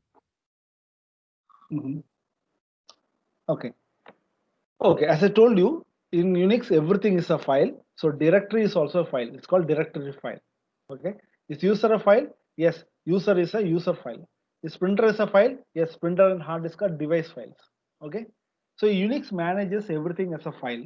The reason is it is much easier to manage a file with some permissions rather than physically having access to the person or a device, right? Let me take an example of LinkedIn or Facebook. Okay, so what you do in LinkedIn and Facebook is you create a persona. Persona is something like you create an ID. For example, like I create an ID called Vinod. I put my profile photo. I update my skills. I update my education. I update my experience. So when after doing all this, okay, that's actually what a profile file is created. A profile file with a photograph, my experience, and all this stuff. So when I ping Vengat and say, "Hi Vengat, how are you?" Vengat also have a similar profile. He is also having a Vengat profile. So Vengat will respond, "Fine, Vinod, how are you?" So actually, there are two files communicating, two profiles communicating, but we feel that there are two persons, right? So when I say that accept or reject or follow, unfollow Vengat, that permission is attached to that profile for that particular file, and that security permissions is applied for the people who is going to access those, right? So if I want to restrict Vinod connecting with Vengat, I change the permission of Vinod's profile file or Vengat's profile file, then these two people cannot communicate. You're getting it? So in Unix, everything is a file. So even user is a file. So user file is more like a persona, it's a profile or a directory where these files are kept. I give permission to that particular file. The user or the directory get that access or revoke permission. Okay. Directory is also a file. Okay. Yeah, you remember in those days we called folders, files, and all this. So in those days, folders will have multiple files, and files will have papers with multiple data. So normally we know file is something like a paper with the data, right? But over here, directory is also like a folder which can have multiple files, and also a directory can have multiple subdirectories as well. Okay. So it's something like, again, directory is also a file, but it is having a small difference between a file and a directory file. A user is also a file, but is having a small difference between a normal file and a user file. And printer hard disk is also a file, but it's not, it's a device file, it's a special file. How it is different, we'll see that in the session. Okay. So let me show you that first. See, when I say ls hyphen l, so you see some output, right? So this is the output that you will see. The first set, this particular block, which I've highlighted to you, this is a permission block. Okay. And the second block is called the number of links or the number of copies, the number of connections to this file. So I can make multiple shortcuts to this file. So the number of shortcuts increases, the number of count also will get increased. The third one is the owner of the group. Okay, who is, this is the file name, this is the file name, and who is the owner of this file is the very first person. Okay, the first block. This person is having the user permission, and this permission is this particular block. Sorry. You see these three things, W hyphen. So RW hyphen is the permission for this particular owner. Read, write, and this hyphen stands for execute or no execute. If there is no permission, that will be hyphen. Okay, you can see here there is no permission, so W is missing. Okay, so this portion is for the owner, and the second one is group. Group is like a group of people inside that particular, like I can say admin group, developer group, DB group. So I can create groups so that just by setting permission to this set, then the people inside this particular group will have this permission set. Okay, so this is the that block. So what is the third block? This block is something like anyone outside owner, outside group is called others. So this particular setting will have read, write, execute, read, write, execute, read, write, execute, read, write, execute for the owner, read, write, execute for the group, read, write, execute for others, anybody other than owners and groups. Is that clear till here? And this is the bytes of data inside that particular file. When I open that file, it will have so many ABCDs. So each A, B, C, everything is one byte. Okay, which is 8 bits of information. So how many bytes of data is there? And this is the last modified date and time. Okay, on this particular date, this particular year, this got edited. This particular date, because this is so old, it is showing the year. But this is pretty new. November 1st, we made an edit. So it is showing the time as well. This is the timestamp area. And finally, the file name. This is clear? So when you do ls-l, what is -l? This is a long listing. So you don't me, you type man ls and search for /-l. It will show you.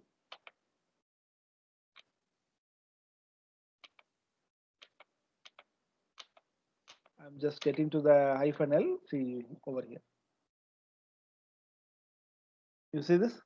Use a long listing format. So I'm using the long listing format. Otherwise, I just type ls, it will only tell me the file name. When I say ls-l, long listing, the permission, the ownership, the size it uses, last modified, and the file name. This is clear? Okay. Now I'm getting back to the course. What is the difference between normal file and a directory file? So this is a normal file. Okay. Now let me create a directory file, Vinod, mkdir. Yeah. sorry to interrupt. Yes, Vinod. I have to get prepared for the office, so can Yeah, I yeah. just leave now? Yeah, please, please. Anyway, Anyway, I'm oh, recording this. I'll share you the recording later. Yeah. okay, sure. Yeah, Okay. thanks. Yeah, thanks. Thanks, Bye. man. Yeah. Bye, guys. Yeah. Yeah. So when you say mkdir and you give a directory name, okay, now you see the output. See, I've created a directory. Now you see a difference here. This file has a small difference that it has a D in front of it. You see that? So this is how you will find whether this is a directory or not. The very first octet, first hyphen symbol is replaced by D. So when you see a normal hyphen, it is a file. When you see a D, it is a directory file. Is this clear? Okay. Now let me go inside dev. See. Okay. Now you see here there are some files starting with C. Yeah. And there are some files starting with B. So if it starts with C and B, then that they are device files, which means these files are not normal file. This is a special file which has a different thing. So you can find one more difference, not only C and B. Over here you're finding some number, comma some number, right? Instead of the size of the file, you are seeing some number, comma some number. Actually, this is a device driver and this is the location of the device. Okay, so there are around 9 disks are there. Okay, this is actually a disk file. So there are 9 disks are there. 253 stand for a RAID disk. Okay, so RAID device driver is installed. You know what is RAID? RAID is a mirroring software. So I have installed a mirroring software, and the mirroring software device driver number is 3. Partition. So when you see a device file, you'll find the differences either it will start with a B or C. B is block device, C is character device, serial device or parallel device. So that's what it is. Okay, we'll get to know in detail when we deal with devices. At this point, you can just look at a file name with ls-l and you can make sure what kind of file it is. Okay, so when you say ls-l, when you find normal hyphen, it is a normal file. When you see D, it is a directory file. Starts with C or B, it is a device file. So that's the major difference in files. Okay. Okay. Now, once we get into users and groups, so there are 2 or 3 files I want you to remember. Okay. One is etc password. Cat. You see the spell of it? PASSWD. Okay. So you'll find some structures like this. Okay. Don't get confused. I'll deal that in detail later. So it is I'll just try to decode this. Okay, let me take this very first line. So the first line says that this is the name of the user. You can see that there's a name called Vinod. Now I logged in as Aditi. So these are the name of the user. The very first part is the name of the user. This is the user's ID, like your employee ID, that will be UID. And this is the group ID. So which group I belong to. Okay. Sorry, this one is the password. This is the UID. This is the GID, and this is the description of the user. Okay, and then comes the which shell I'm going to use and work comments. Okay, let me just show you that with example like this. Okay, you see SHD is a username. This is the password field. You are finding X because password is not kept here. Hackers might come and attack. So we are not keeping the encryption here. That password is kept somewhere else. I'll show you where it is. Then comes the UID. Then comes the GID. Then comes the comments. Okay, this is the comment section. Because we want to know who this user is. Then comes the directory, the home directory of the user. Like in Windows, you have C users Satish, C users Vinod. So that's where your my documents are kept, right? So that directory and which shell you have to use. No login means this user cannot log in directly. When I say bin bash, so this shell is used. When I say C shell, then the programmers might be using it. So we'll come to that later. At this point, so I want you to interpret how an etc password looks like. Okay. So let me keep it here and I'll come back to this file again. Next file is cat etc shadow. Make a note of all these files. Oh, sorry, I'm a normal user. I'm not able to access shadow because so I have to use super user privilege to access this file. That's how we restrict hackers from accessing this file. Okay. Now, if you see here, you find the username and there's some encryption key like this. You see how big it is. This is the password of root, and this is the password of Aditi. Okay, if you don't have password, you'll have that exclamation symbol. Okay, so this is an encryption. So when I type the password, this file is referred, decrypted this password, and it will cross check with what I've typed it, and then the authentication happens. Okay, so password is kept in etc shadow. So normally in interviews, they might ask you where will be the user database kept, where is the user information kept. User information is kept in etc passwd. Okay, so don't get confused. Password is not a password database. Passwd is a user database. So there's a confusing thing. Interviewer will ask you. Where is the password kept? Password is kept under etc shadow shadow file. etc shadow. Okay, make a note of it. Where is the group files kept? Group information are kept in etc group. Okay, so group will have a group name, group password, group number, and if there are anybody members of there will be comma separated members name will be given. Okay, fine. So to make the learning much clearer, what I'm going to do is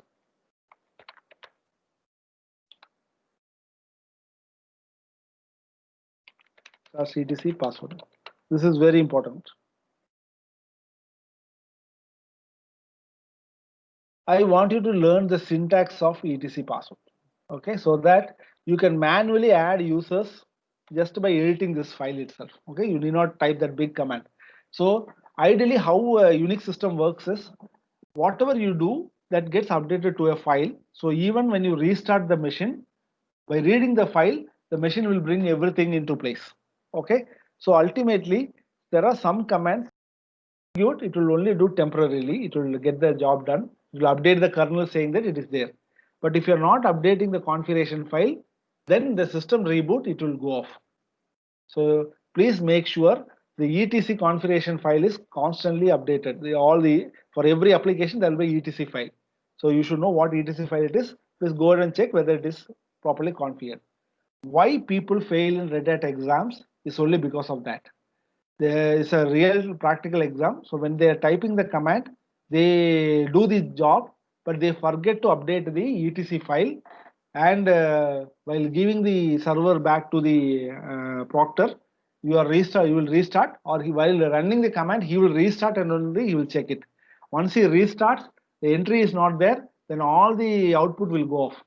Then you will fail. So that's why most of them fail. Please make sure that you always make sure you edit the configuration file. So let's start with etc password. What is the syntax of etc password? There are 7 fields separated by colons. Okay. So very first field is username. Okay, the very first field, you cannot change the order. Okay, this is a file, so it should be in a specific order. So this is an interview question again. So please be very sure about the syntax. Don't change, don't alter. First field is username. The second is the encrypted password, but the password is not kept here, so we are putting an X here. So what is the second thing? I'm saying this encrypted password. So this is the second field. What is the third field? Third field is user ID. User ID is the employee ID kind of thing. So the system will not call you by name. It will only call you by the UID. Okay. On the security side of things, you will always have the UID. Why I'm saying this is like a company which is running 20 years, 30 years, many employees will come and go, and everybody will be creating files. Correct. So we know this there in the company for 2000 to 2005. For 5 years, I worked there. Whatever files I created, it will show the LS output as Vinod here. Correct? It will show Vinod or Aditi like this. But if I remove this user, okay, for example, I say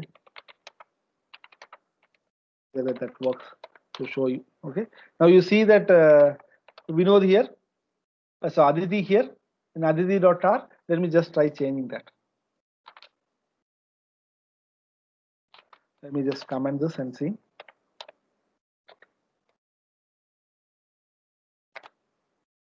You see, the username got changed to 5000. In security side, you will encounter something like this.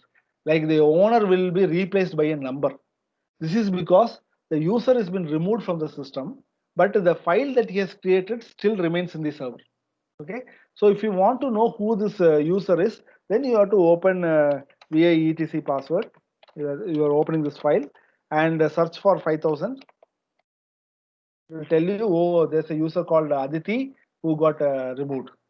So you get to know like this. Okay. So for a security side of things, or a system admin also should know how this works. So I'm just removing this. Okay. I'm not use superuser privilege. So sudo vi.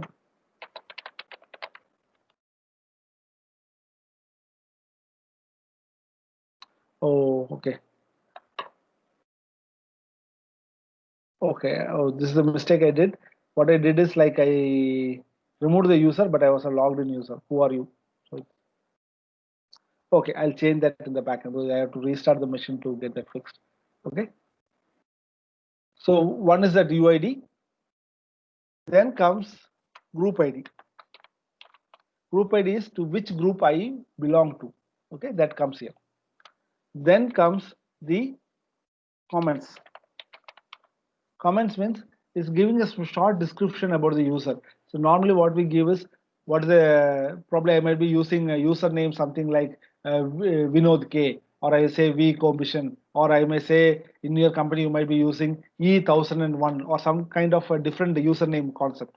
If that is the case, in comments we will have comments like this. You can use comma separated thing, and you can give information like name, designation, and the department, or name, country name, phone number. So you can give anything. That's a comment area where you are telling some information about this. As a security stuff, this you can enforce your company to follow a good comments.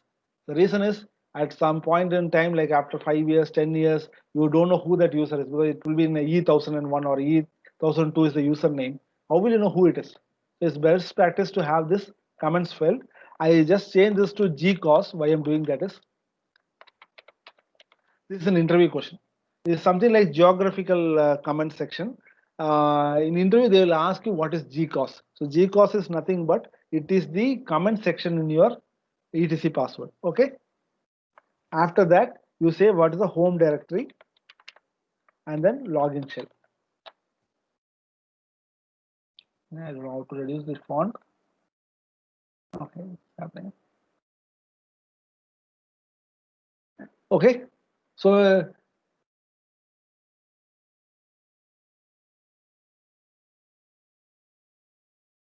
okay, so our etc password looks like it has a username colon encrypted password colon user ID colon group ID colon comment section colon home directory colon shell. So it's 1, 2, 3, 4, 5, 6, 7. Okay.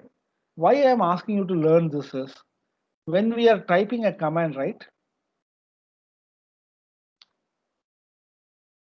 I'll just say change this to comments itself so for your clarity. Okay.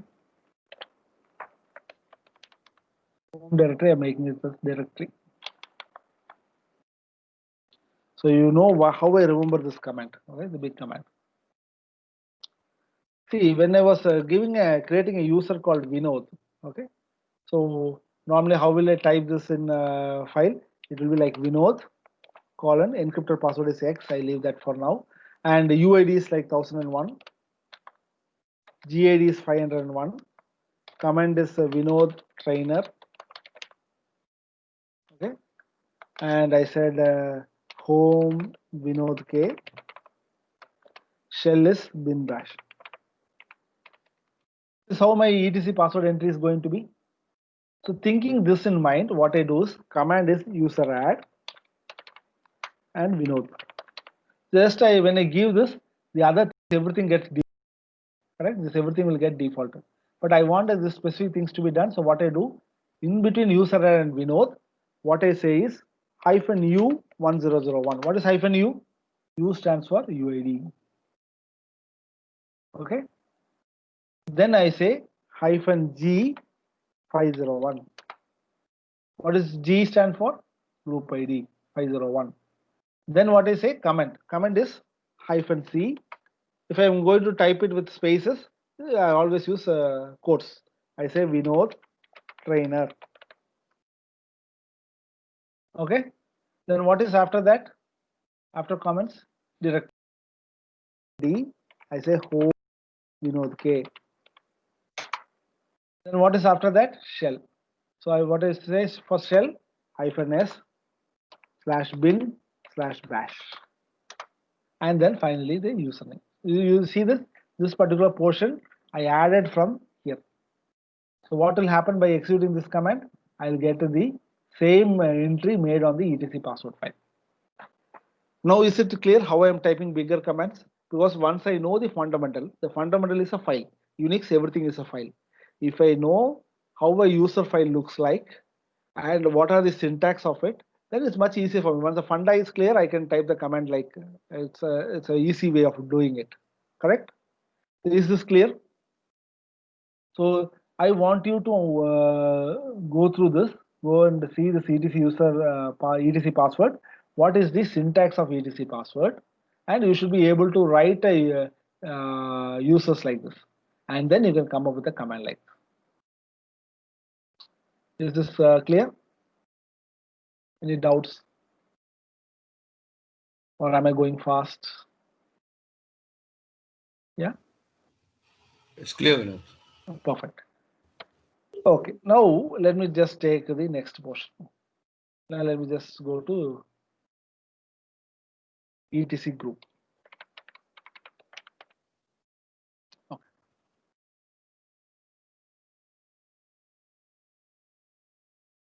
Let me pull the etc group. I have a doubt. Yeah. Yes. What we do now using this, we can add a user on Linux Correct. interface. Yes. By doing this, you are creating a user called Vinod in the Linux system so that you can log in with the Vinod as a username. Okay, new one. Yeah. So whenever I create a file or whenever an action is done in the logs, it will always make that Vinod has done this action or Vinod has created this file. So whatever work you do, that gets audited. Okay, I typed the and I same can give command, but different I permissions. didn't get. Sorry, yeah. I typed the same command, but I got only 501 does not exist group. Okay. Now after doing this etc group, you'll get that. So well done. You're practicing parallel. Very good. I'll tell you why 501 error has come. The reason is you are told a group called 501 right here, and that group Mm, doesn't exist. So if you want to be part of a group, you have to create the group first. So that's the reason it failed. Now let's see how a group looks like. Okay. okay. Okay. Okay. So group is something like I'm going to tell you the file first and then the command. So you'll get a how the group syntax look like is you'll have a group name first colon, and for group also you can have a password. So you can say group password which is encrypted, and you say group ID. Group ID for example it's a GID. Okay, and then you can say members, member one comma member two. So this is the syntax.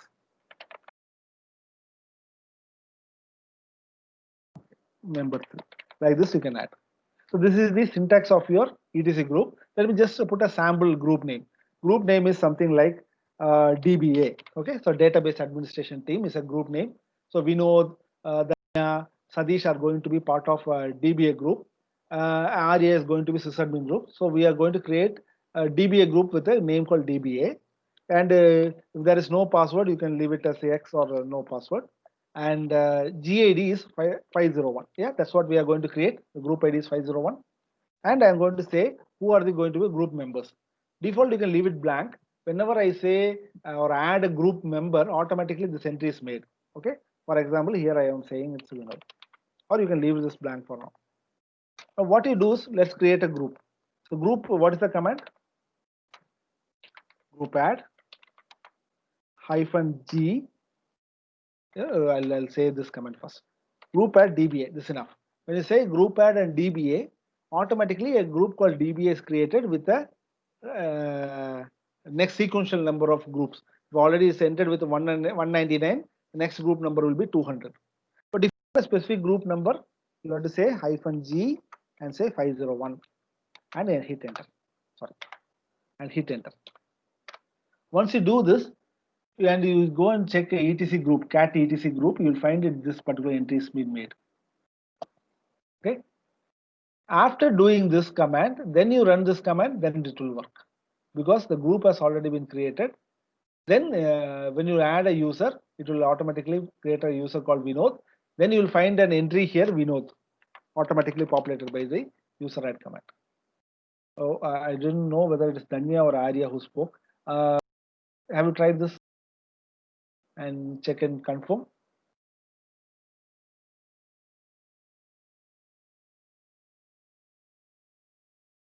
Okay.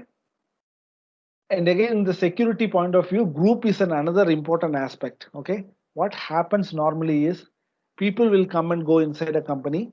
Most of the time, they forget to manage the users. Okay, so there are thousands of systems. When a user leaves, if you forget to remove the user, these users might be having remote access and VPN access. Even when they leave the company, they from there they can remote and do harm to the systems. Similarly, what another issue happens in group is today we know this there. After 5 years, another new this old Vinod has gone and a new Vinod comes, and you just create a user called same Vinod. But what happens is since the group entry has a Vinod entry, which is not removed for so long, by default that user will become part of this group, which is again a dangerous thing. So housekeeping user and group is very important, and one of the check that every sysadmin has to do, and during audit, security person has to go and check on this.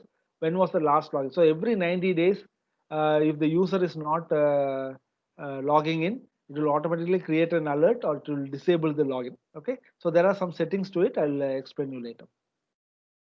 Yeah, did the group command work? The user add command work? Arya, Danya, whoever has tried it.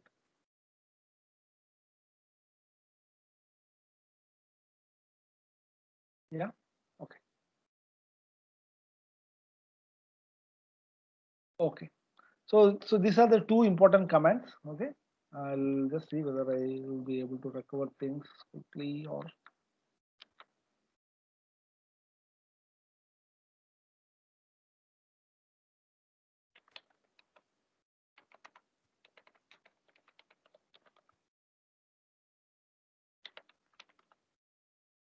Mm.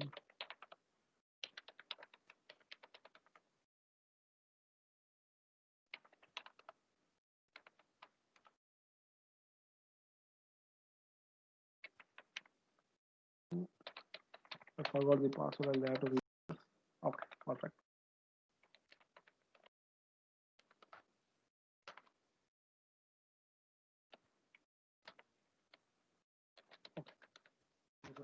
Yeah, I just fixed it. I think now it should work.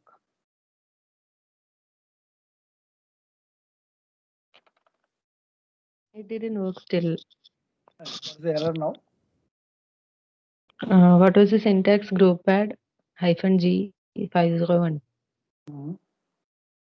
And did you give a group name? DBA or something? After 501.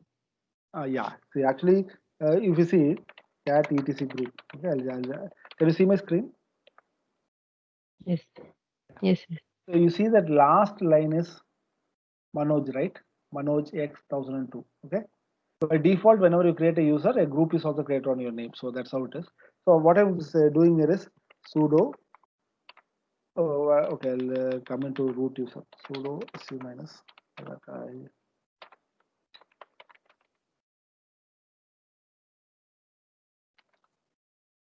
Cat etc group. Manoj is the last group. So what I'm doing is uh, group add -G 501, and I say DBA is my group name. I just type it. So I get the prompt back. Now I say cat etc group. You see that I got one more entry at the last DBA X501. Can you give that a try? Permission denied. Pad. Well, yeah, because you are not a super user. Like as I did, you have to do sudo. So can you give the Okay. same Okay. command prefix by sudo? Sudo Okay. Okay. group add like this.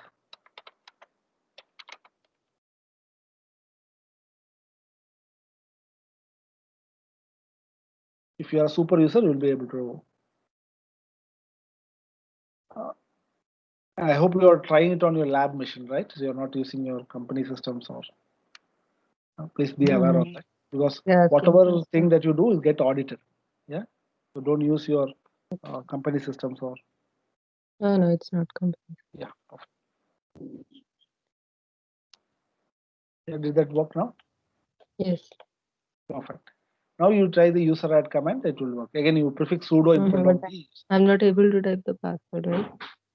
When you type the password, it will not show to you, but it is getting typed. So you go ahead and type your the same password that what you used for logging into your system. If you are Aditi, you type the Aditi's password.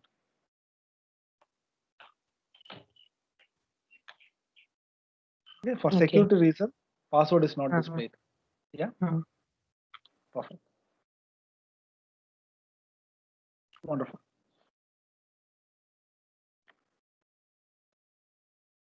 Okay, so that's about groups and users. So these are the important thing that I want you to know, because throughout this session, we will be working on users and groups at multiple level. Permissions are set for a file based on the users and groups they are in. So you should know these things.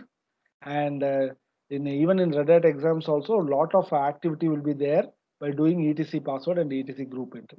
Okay, if you have thousands of machines and you have to add 10 users on 1,000 machines, you cannot type user add user add user add 10 times on 1,000 machines.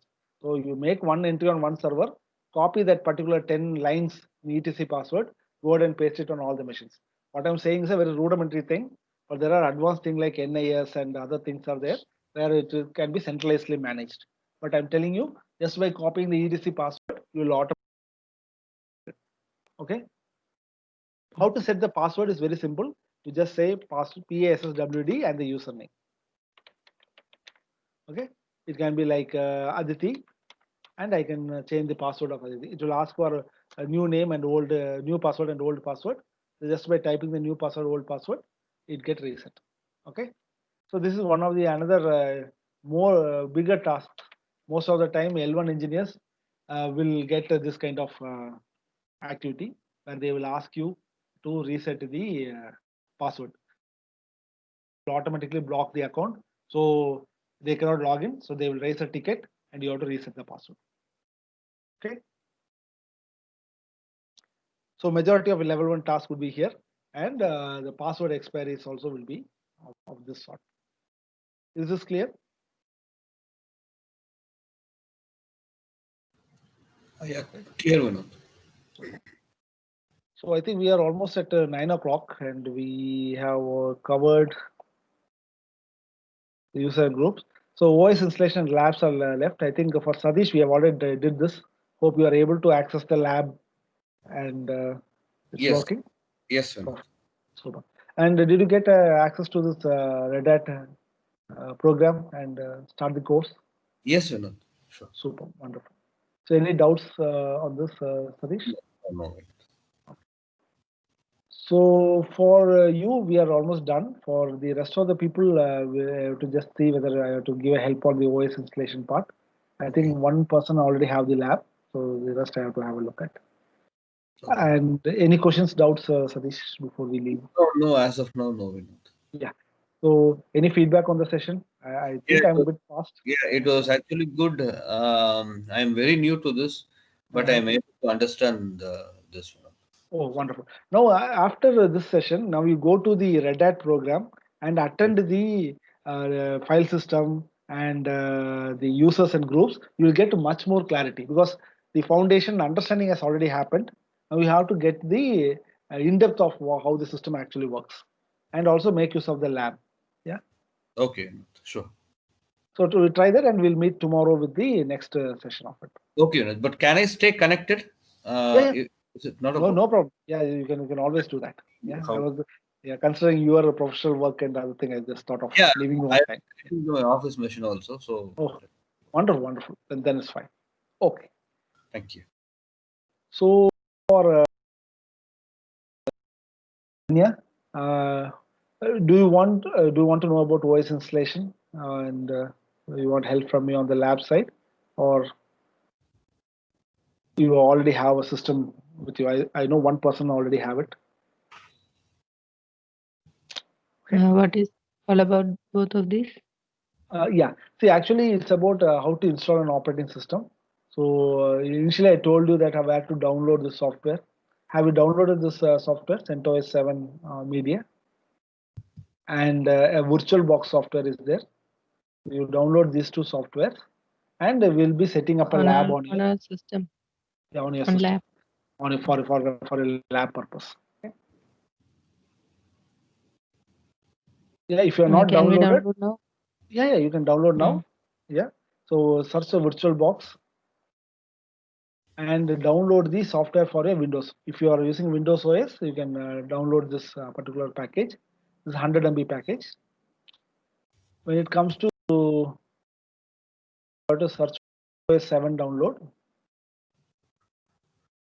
okay, this is all okay. In Linux also we can do. You already have a Linux system, then you need not do it Oh, because okay. this is for people with Windows who wants to work on Linux. Then we get this. Okay, but still, I think it's better you do it because you do some harm to your system, your data, you cannot access it, right? So better do on VirtualBox. Yeah, go ahead and do it. There's a Linux Okay. distribution is there. You can see my screen. Like Windows, Mm. there's a Linux is there. You can download this Linux distribution. Yeah. What Linux are you using? Is it Ubuntu? Ubuntu. Okay. Then you download the package relevant to this Ubuntu 16 you are using now. Mm. You can say uname -a or uname -r or something like this. Mm. Yeah. So it will show you something. Or you can say cat etc like this. etc will say that what OS it is Okay. version. It says CentOS version 7.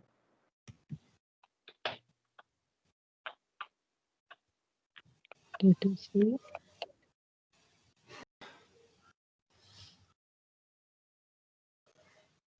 Mm.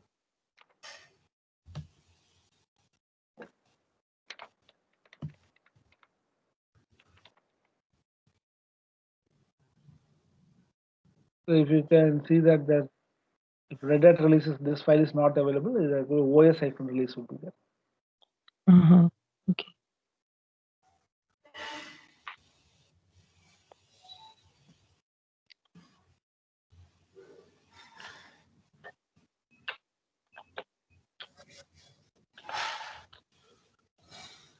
Version 16.04. 16.04, wonderful.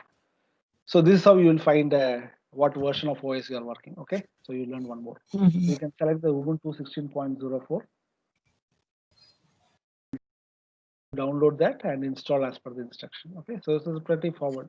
File. Okay. It's a 90 MB file. It will take some time. Okay? Similarly, you download CentOS 7 download in Google. Is it Oracle VM VirtualBox? Which one? Oracle VM VirtualBox. The previous one that you downloaded, right? You are saying about this one? You seeing my screen? Or in search results, it showed like that. Yeah. The next you are downloading is a CentOS 7, or which you say CentOS 7 download. It will get you the first screen, CentOS.org download. Okay. So when you click here, by default it will take you to one site. I'll just put that. Okay. See over here it will take you to CentOS 8. Okay. You have to click on CentOS 7. You can follow through the screen. CentOS 7. And then the ISO, you just say x86-64 is there. You select this, and it will take you to the mirrors. Okay. Take one of the mirror. I think take the first one. In download, you have to give save file or open with. You say save file, save file, save file. So it will take some time. Don't open it now. Okay. Save the file. You get to a downloads folder.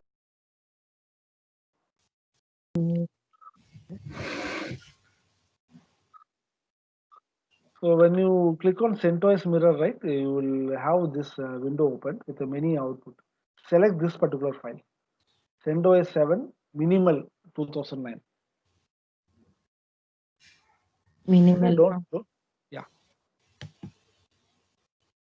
Select the minimal one. Again, this is a 1 GB file. It will again take time. In CentOS Linux and CentOS Stream, you have to select Linux. Which on which screen you got it? Can you share your screen? You know how to share the screen?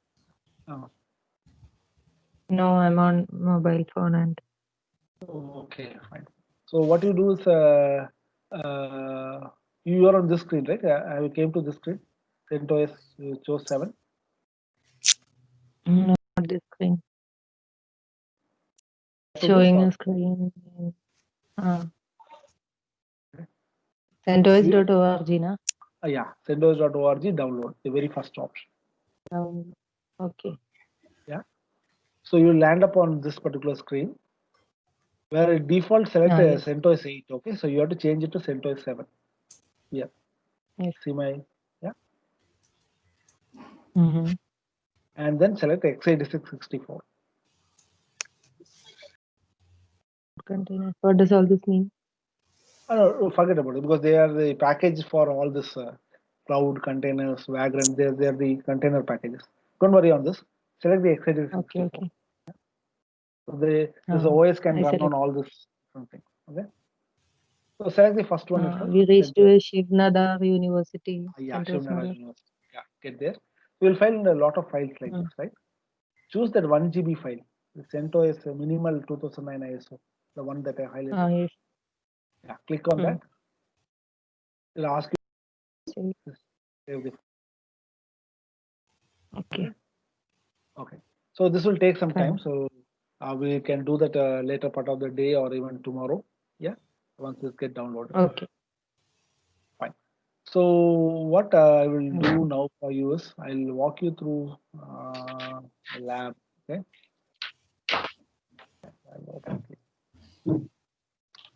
See, actually, I don't know whether the Technito has showed you. I've asked you about this, but I'll show you what you will get. Okay. Probably that might give you an insight.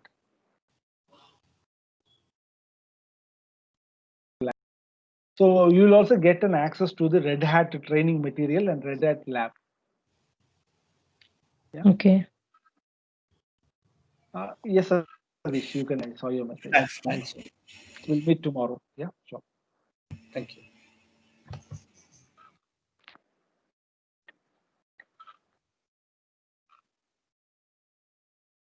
Oh, and Arya and Danya, I think I'm pretty fast. You're okay with the space? You're able to understand what I'm saying, No. and yeah, Yes, sir. okay. Feel free to stop me, okay? Like as you stopped me at the end, that's a very nice way of doing it. You practice it parallelly and clarify your doubts. Yeah, and this is going to be very lifetime engagement with me. So even at your work after 3 years, you encounter some issue, feel free to connect with me. Yeah, I'll be always there to help. Mm, that's great. Okay, so you'll be getting an username and password. So you'll be logging into the system. Okay,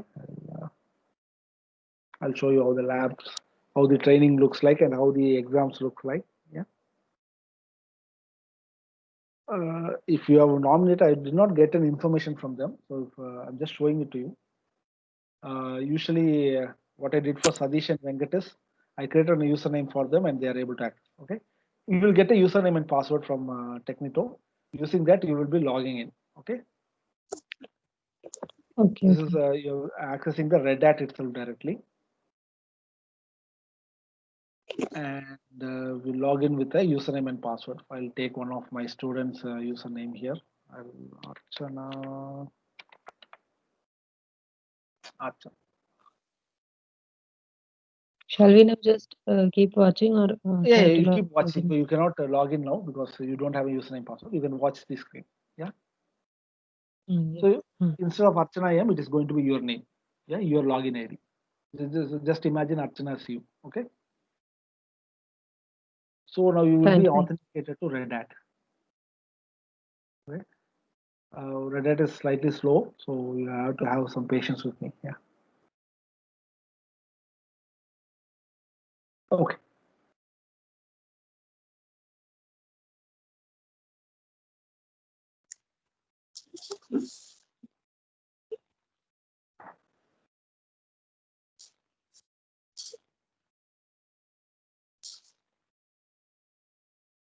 Okay. So once you gain log into the system, there is an open training system is there. You'll go to.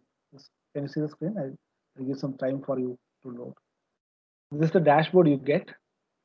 You go to the open training session.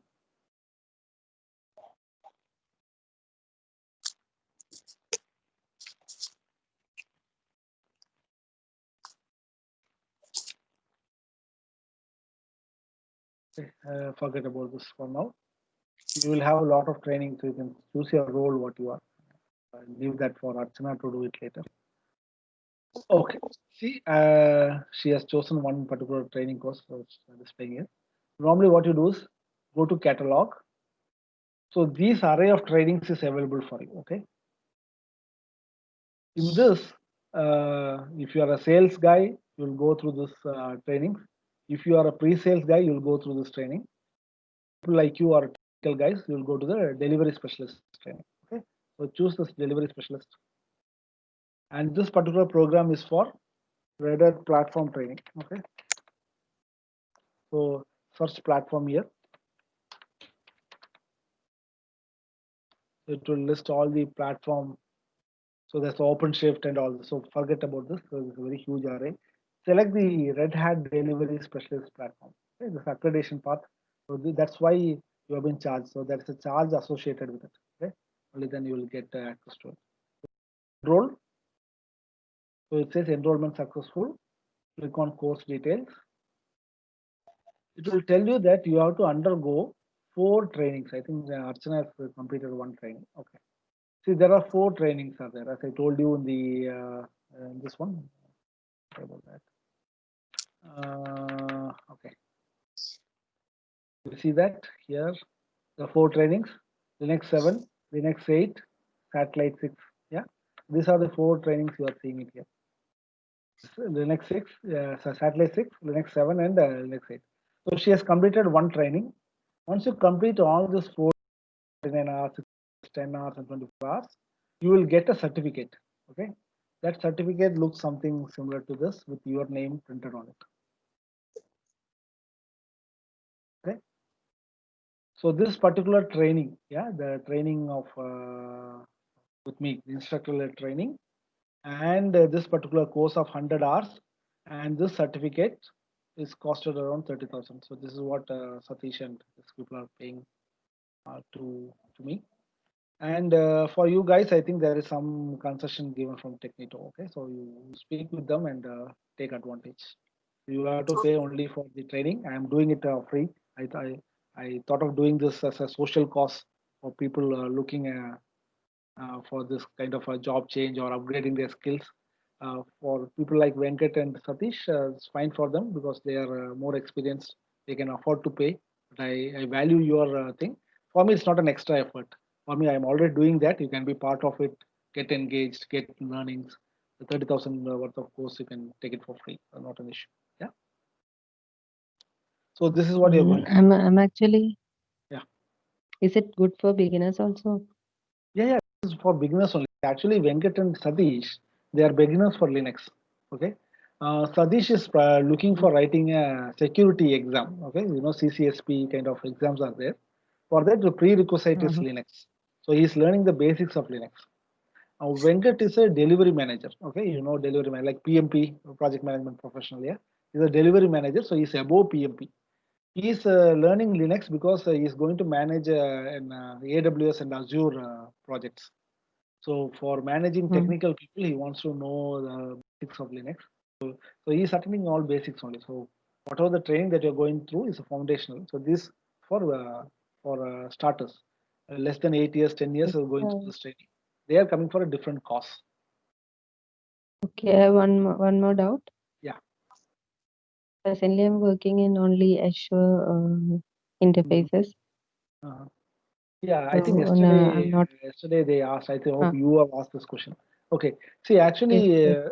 when you're working on Azure, right? I will say Azure And Linux. I'm not deep into the projects. I work according to what works I'm given.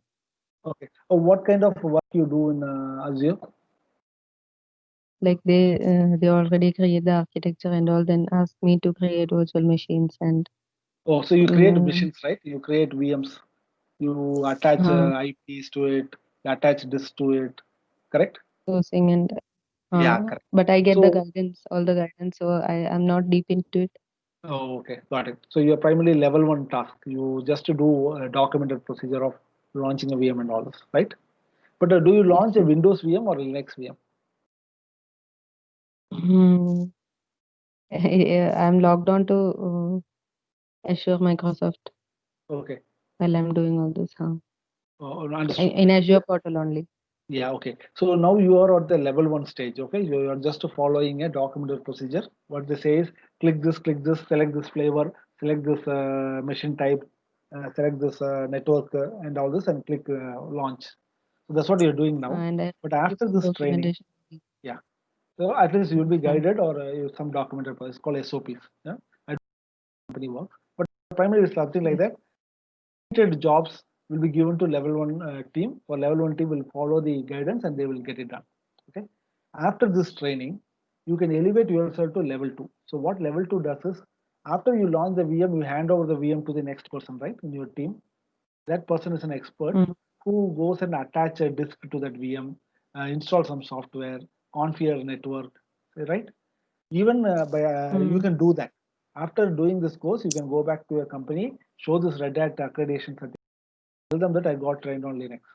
If you can manage Linux, manage Windows is also the same. It's much easier. Windows is more of a GUI, right? Once you know the basics of Linux, I think you can manage Windows as well. So you can become a level 2 engineer after attending this course. Okay, is Red Hat something related, or it is No, something shifting as I from this? told you in the beginning, why Red Hat is a very prominent Linux in the market. People know that when you say you are Red Hat certified or Red Hat accredited, you have a value. Okay, but this training I'm covering all the flavors of Linux. I'm going to give you a cheat sheet. Okay, so you are going to get the knowledge on the all flavors of Unix. 80% they are common, so you need not worry. Only 20% difference is there. I'll share you a document today. What are the differences are, Okay, and when we cover the course, thank you. we'll touch those part. Okay, Yeah. thank you. Okay. So good. Yeah. So we will connect tomorrow, and the link will be shared by the team. You connect with that Technito, and they will help you. Yeah. Yes. So all the best, guys, both Danya and Arya. And Yes, sir. if you like, say actually I'm doing this for a cause. So if you are interested, your friends are also looking for it, invite them. Yeah. Already we have just did the very first day. I can redo that sometime tomorrow or sometime early this evening also, and then we can bring them up to speed. And you can also have a group and attend the session. Yeah. Good. Thank you, sir. So all the best. Yeah. Meet you soon. Yeah. Bye bye.